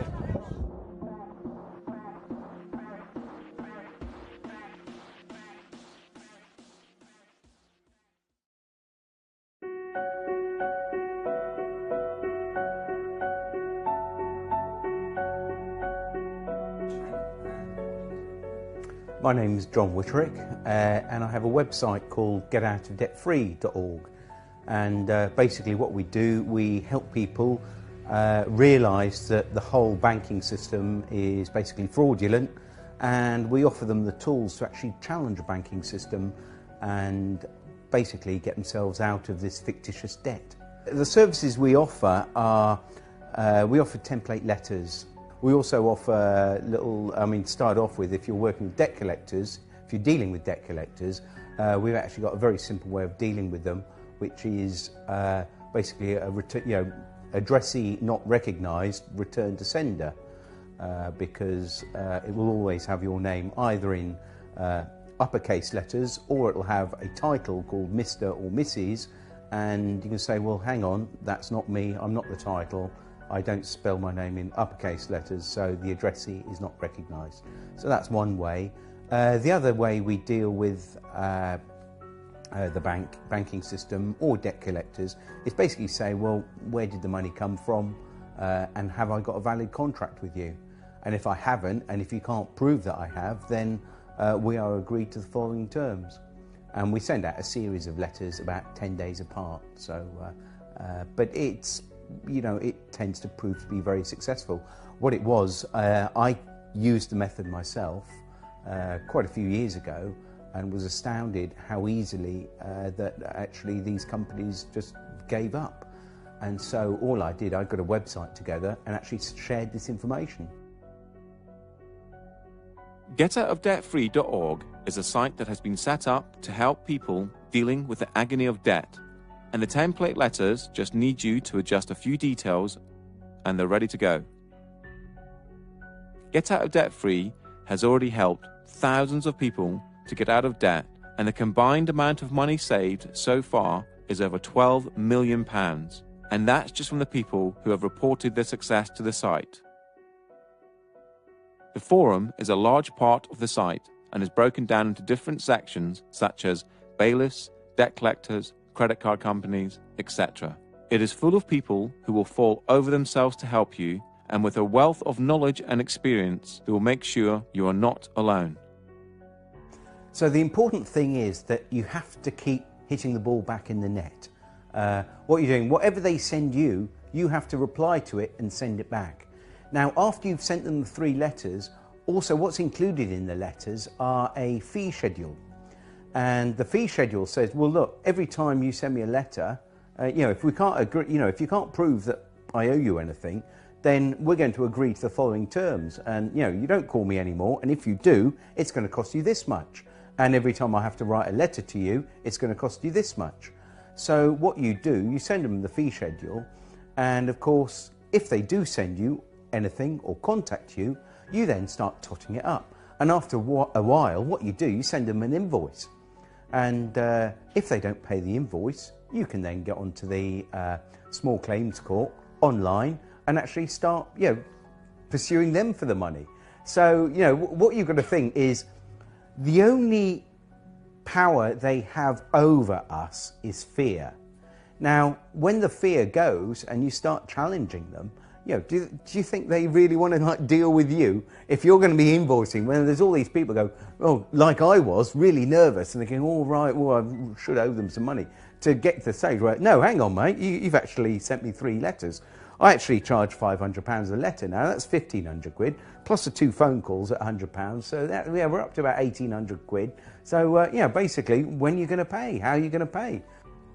Debt collectors, really,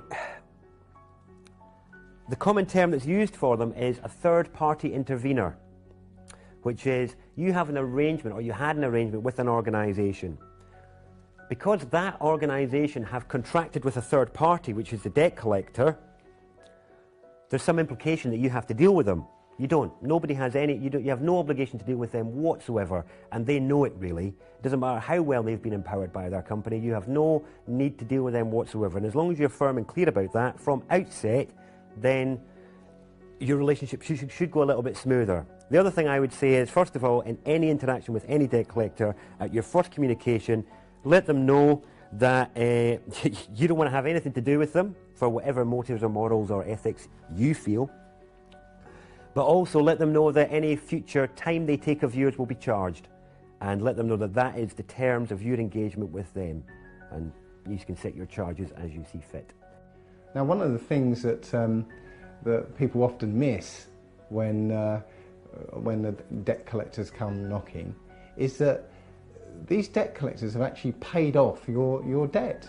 They've bought your debt, often for pennies on the pound.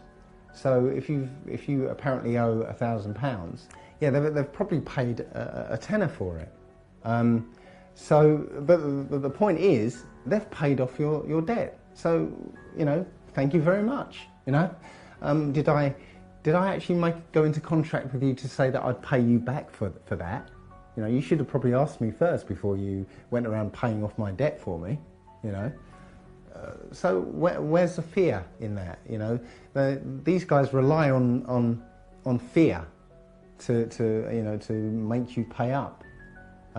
If you realise that they've got no power over you, and in fact they've paid off your debt, thank you very much.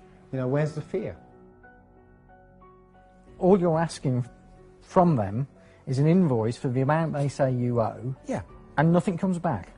Well, they can't supply what we're asking for. They can't supply, and we know they can't supply that.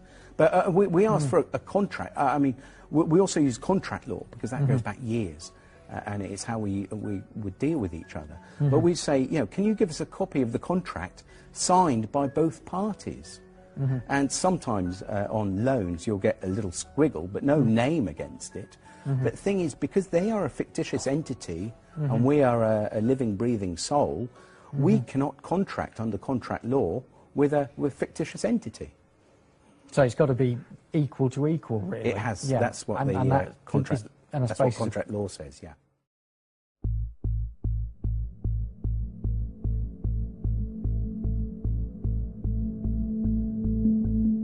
Debt collectors have no rights of entry.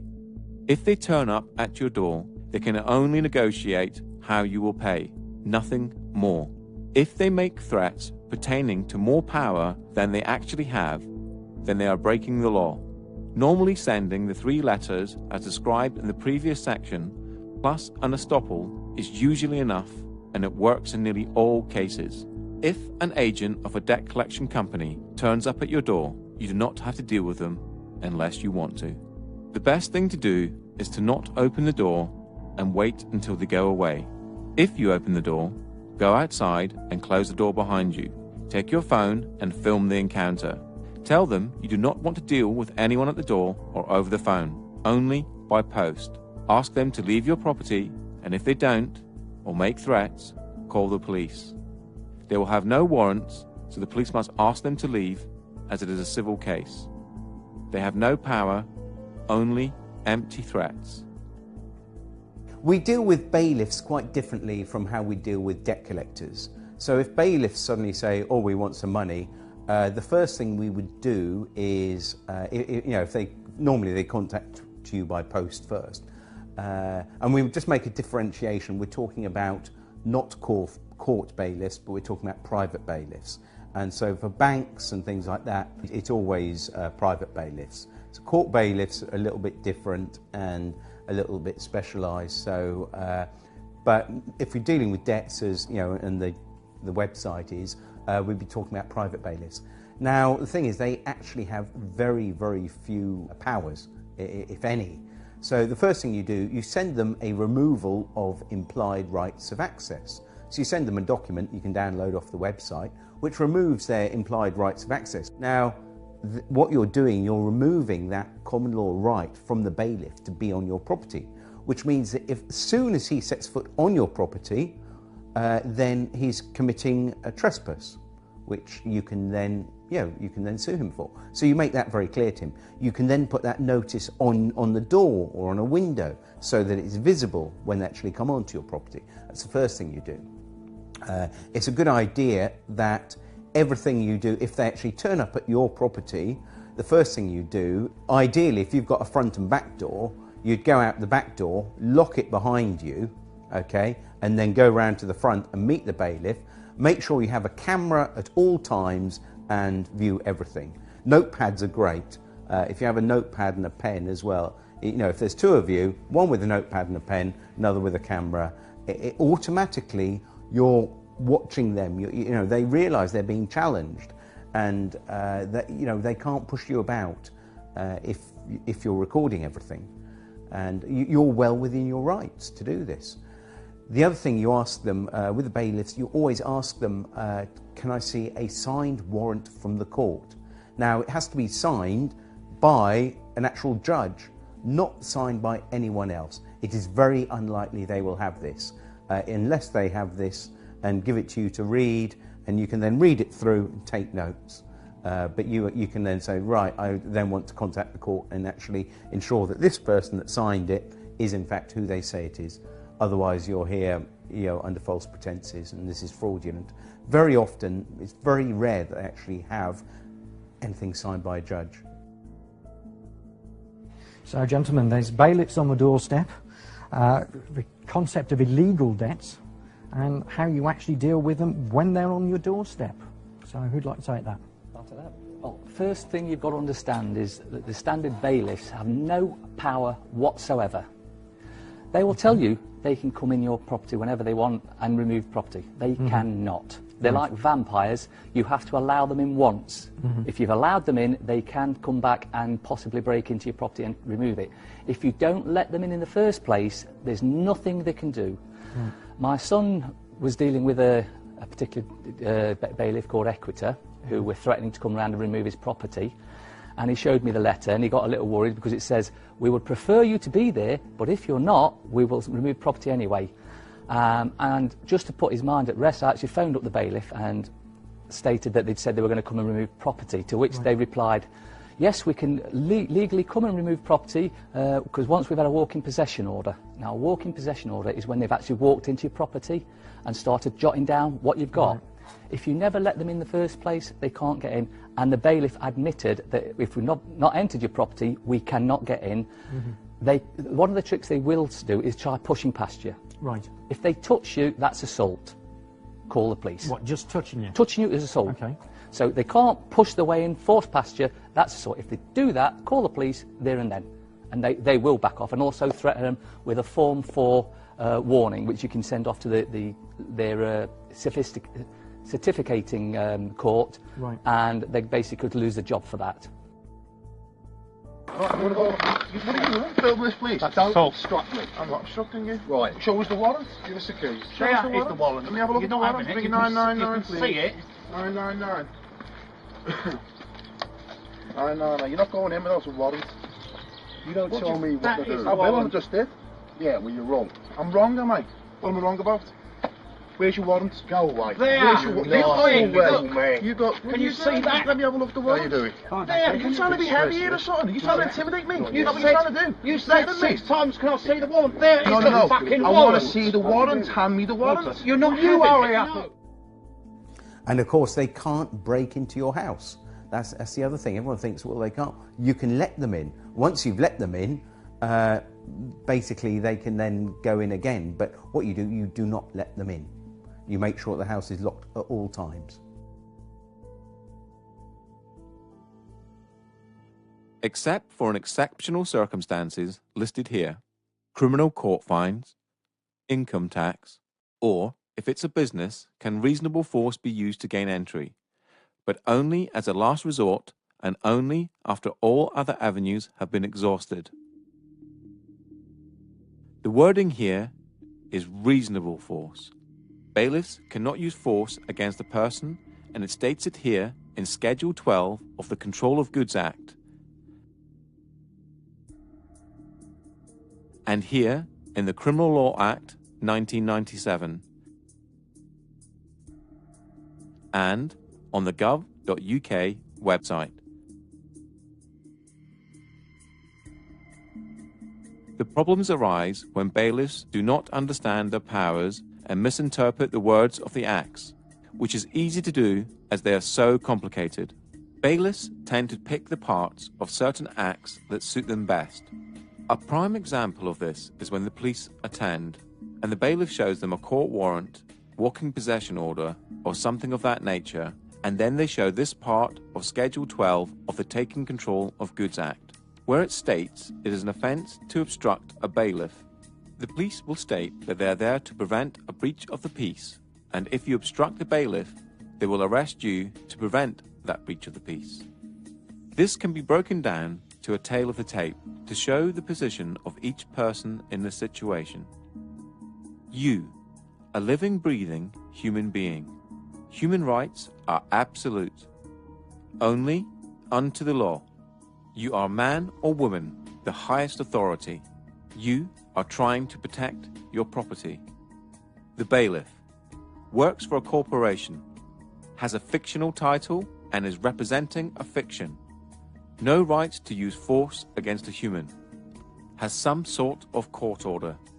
The police officer is a public servant. You are the public and the bailiff is not. They are there to prevent a breach of the peace. Many encounters have ended with the police siding with the bailiffs, and acts of violence or arrests being made on the debtor, all because of a major misunderstanding on behalf of the police. Here's why. We have shown that force cannot be used to collect a debt except in exceptional circumstances. A bailiff cannot use force on a person. If you are standing in front of your door and peacefully resisting, they cannot move you out of the way. For an arrest under the prevention of a breach of the peace, there are plenty of case laws that show the aggressor is the one to be arrested. The main definition comes from R.V. Howe, 1981, and the following next 4 case laws define who is to be arrested to prevent a breach of the peace.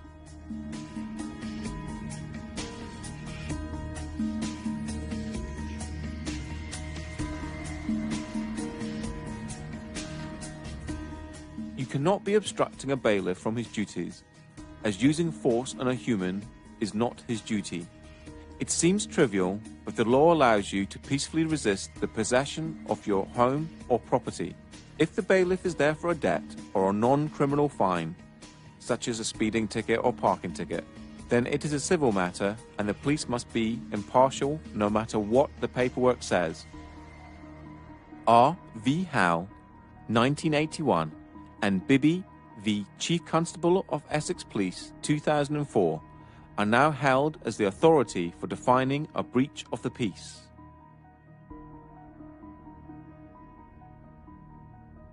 The main one to remember is the threat must come from the person to be arrested. That means if a bailiff tries to touch you or move you out of the way, they are the one to be arrested.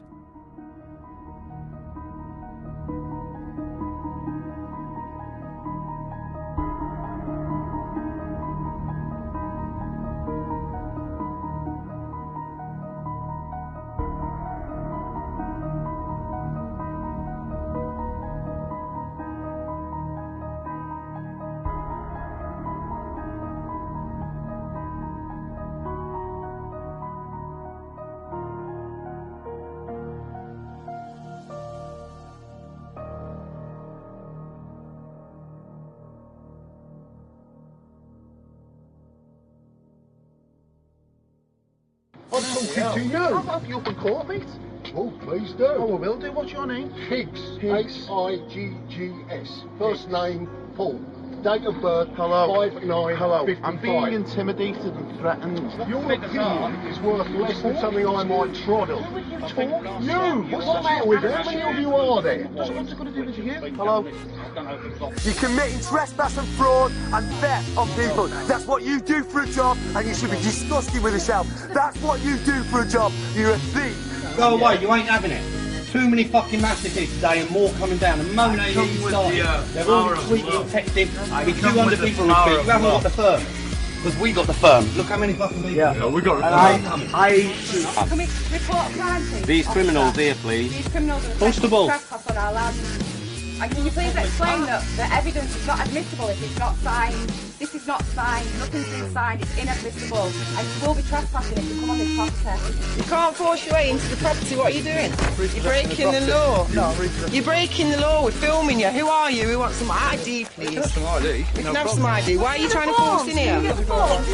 That's a warrant of control for the unpaid penalty. And where's the magistrate's signature? Don't need a magistrate. Oh, yes, you do. You can call the police if you wish. You both have no power here, so you should leave. Because we will ring the police.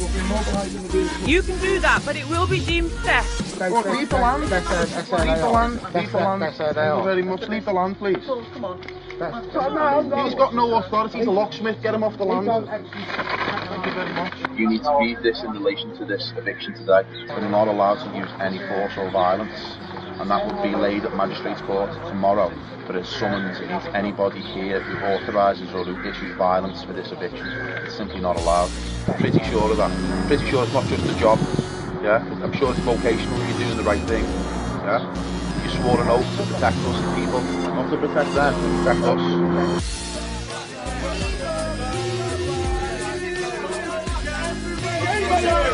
This is going to happen wherever you guys go with no eyes. You people need to really think about what you're doing, please, before it's too late. And don't be arrogant, Mr. Koresh. You really have got a problem there. You haven't. Don't touch the female, mate. Don't touch her. Not touching her. Don't touch her. Right. I'm not touching her. You're not coming in. You're not coming in. You're not coming in. Right. PAU. What's the job done?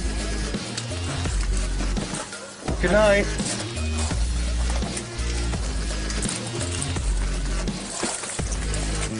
The law. This is criminal. This is trespass. Court bailiff is refusing to request a leave by a sergeant. Guys, we need to leave. Thank you very much, Constables. Absolutely, you're going to be heroes online. Absolute heroes. Well done. Absolutely amazing work. You've just made history in this country. You've just made history in this country.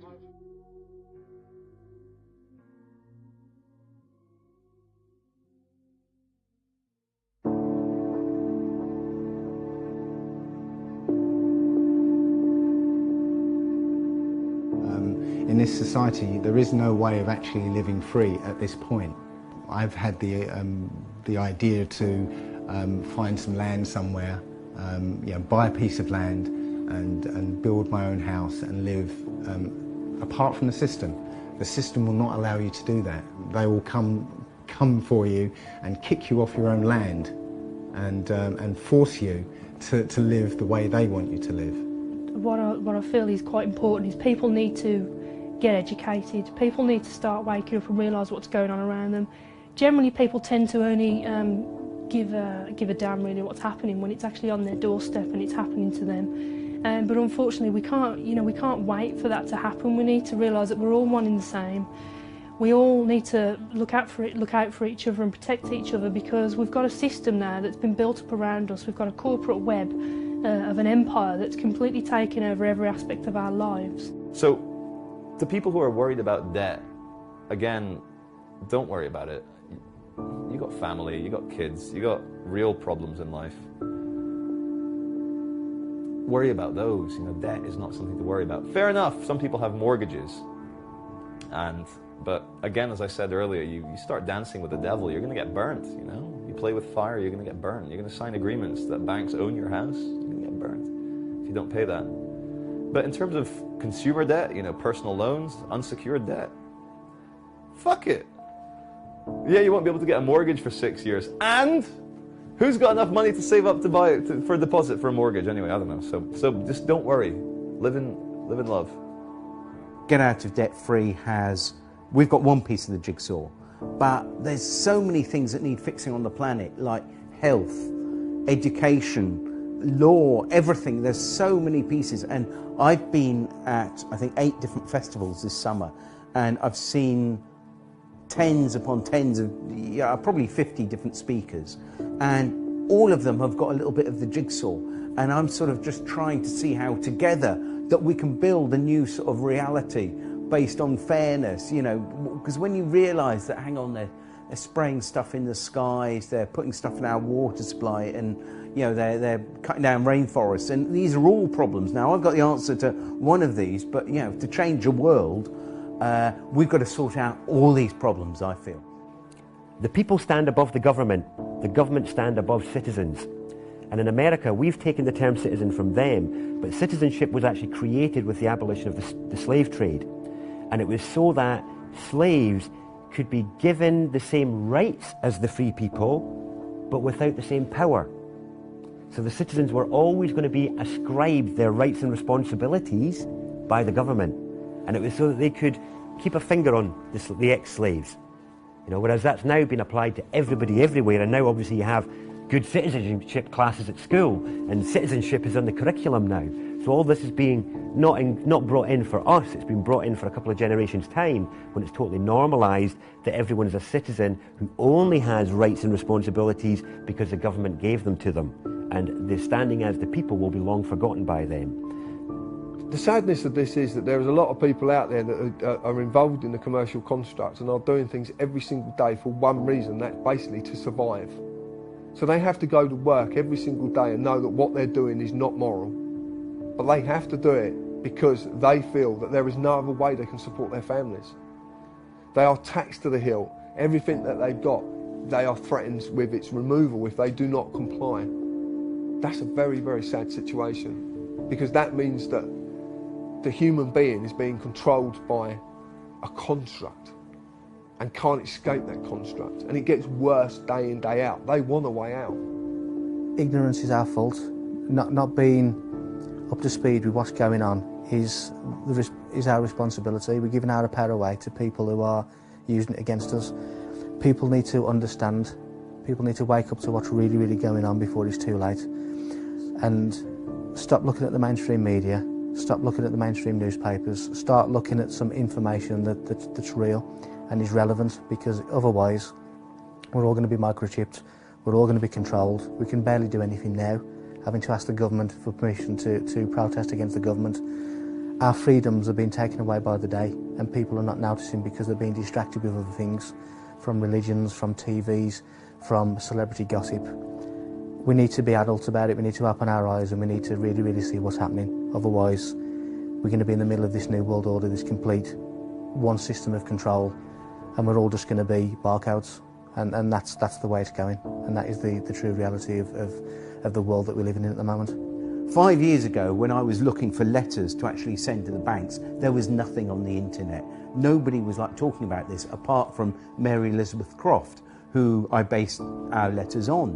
You know, I thought, oh, this is wonderful, and I was thinking there must be template letters out there for, you know, after the book that she'd written. There was nothing. Now we've got websites and forums and loads of different letters out there for dealing with banks and debt collectors. You know, so that's how far in the last 5 years consciousness has shifted. People are waking up. Now when we hit the 100th monkey effect, that's when everyone wakes up. It's like a new film that's like no one has heard of, and then suddenly it breaks through and everyone's talking about it. And I feel that people suddenly realise, my goodness, we've been had by the banks, the governments and the corporations. And with endless war, with endless poverty, and, you know, keeping us on that treadmill.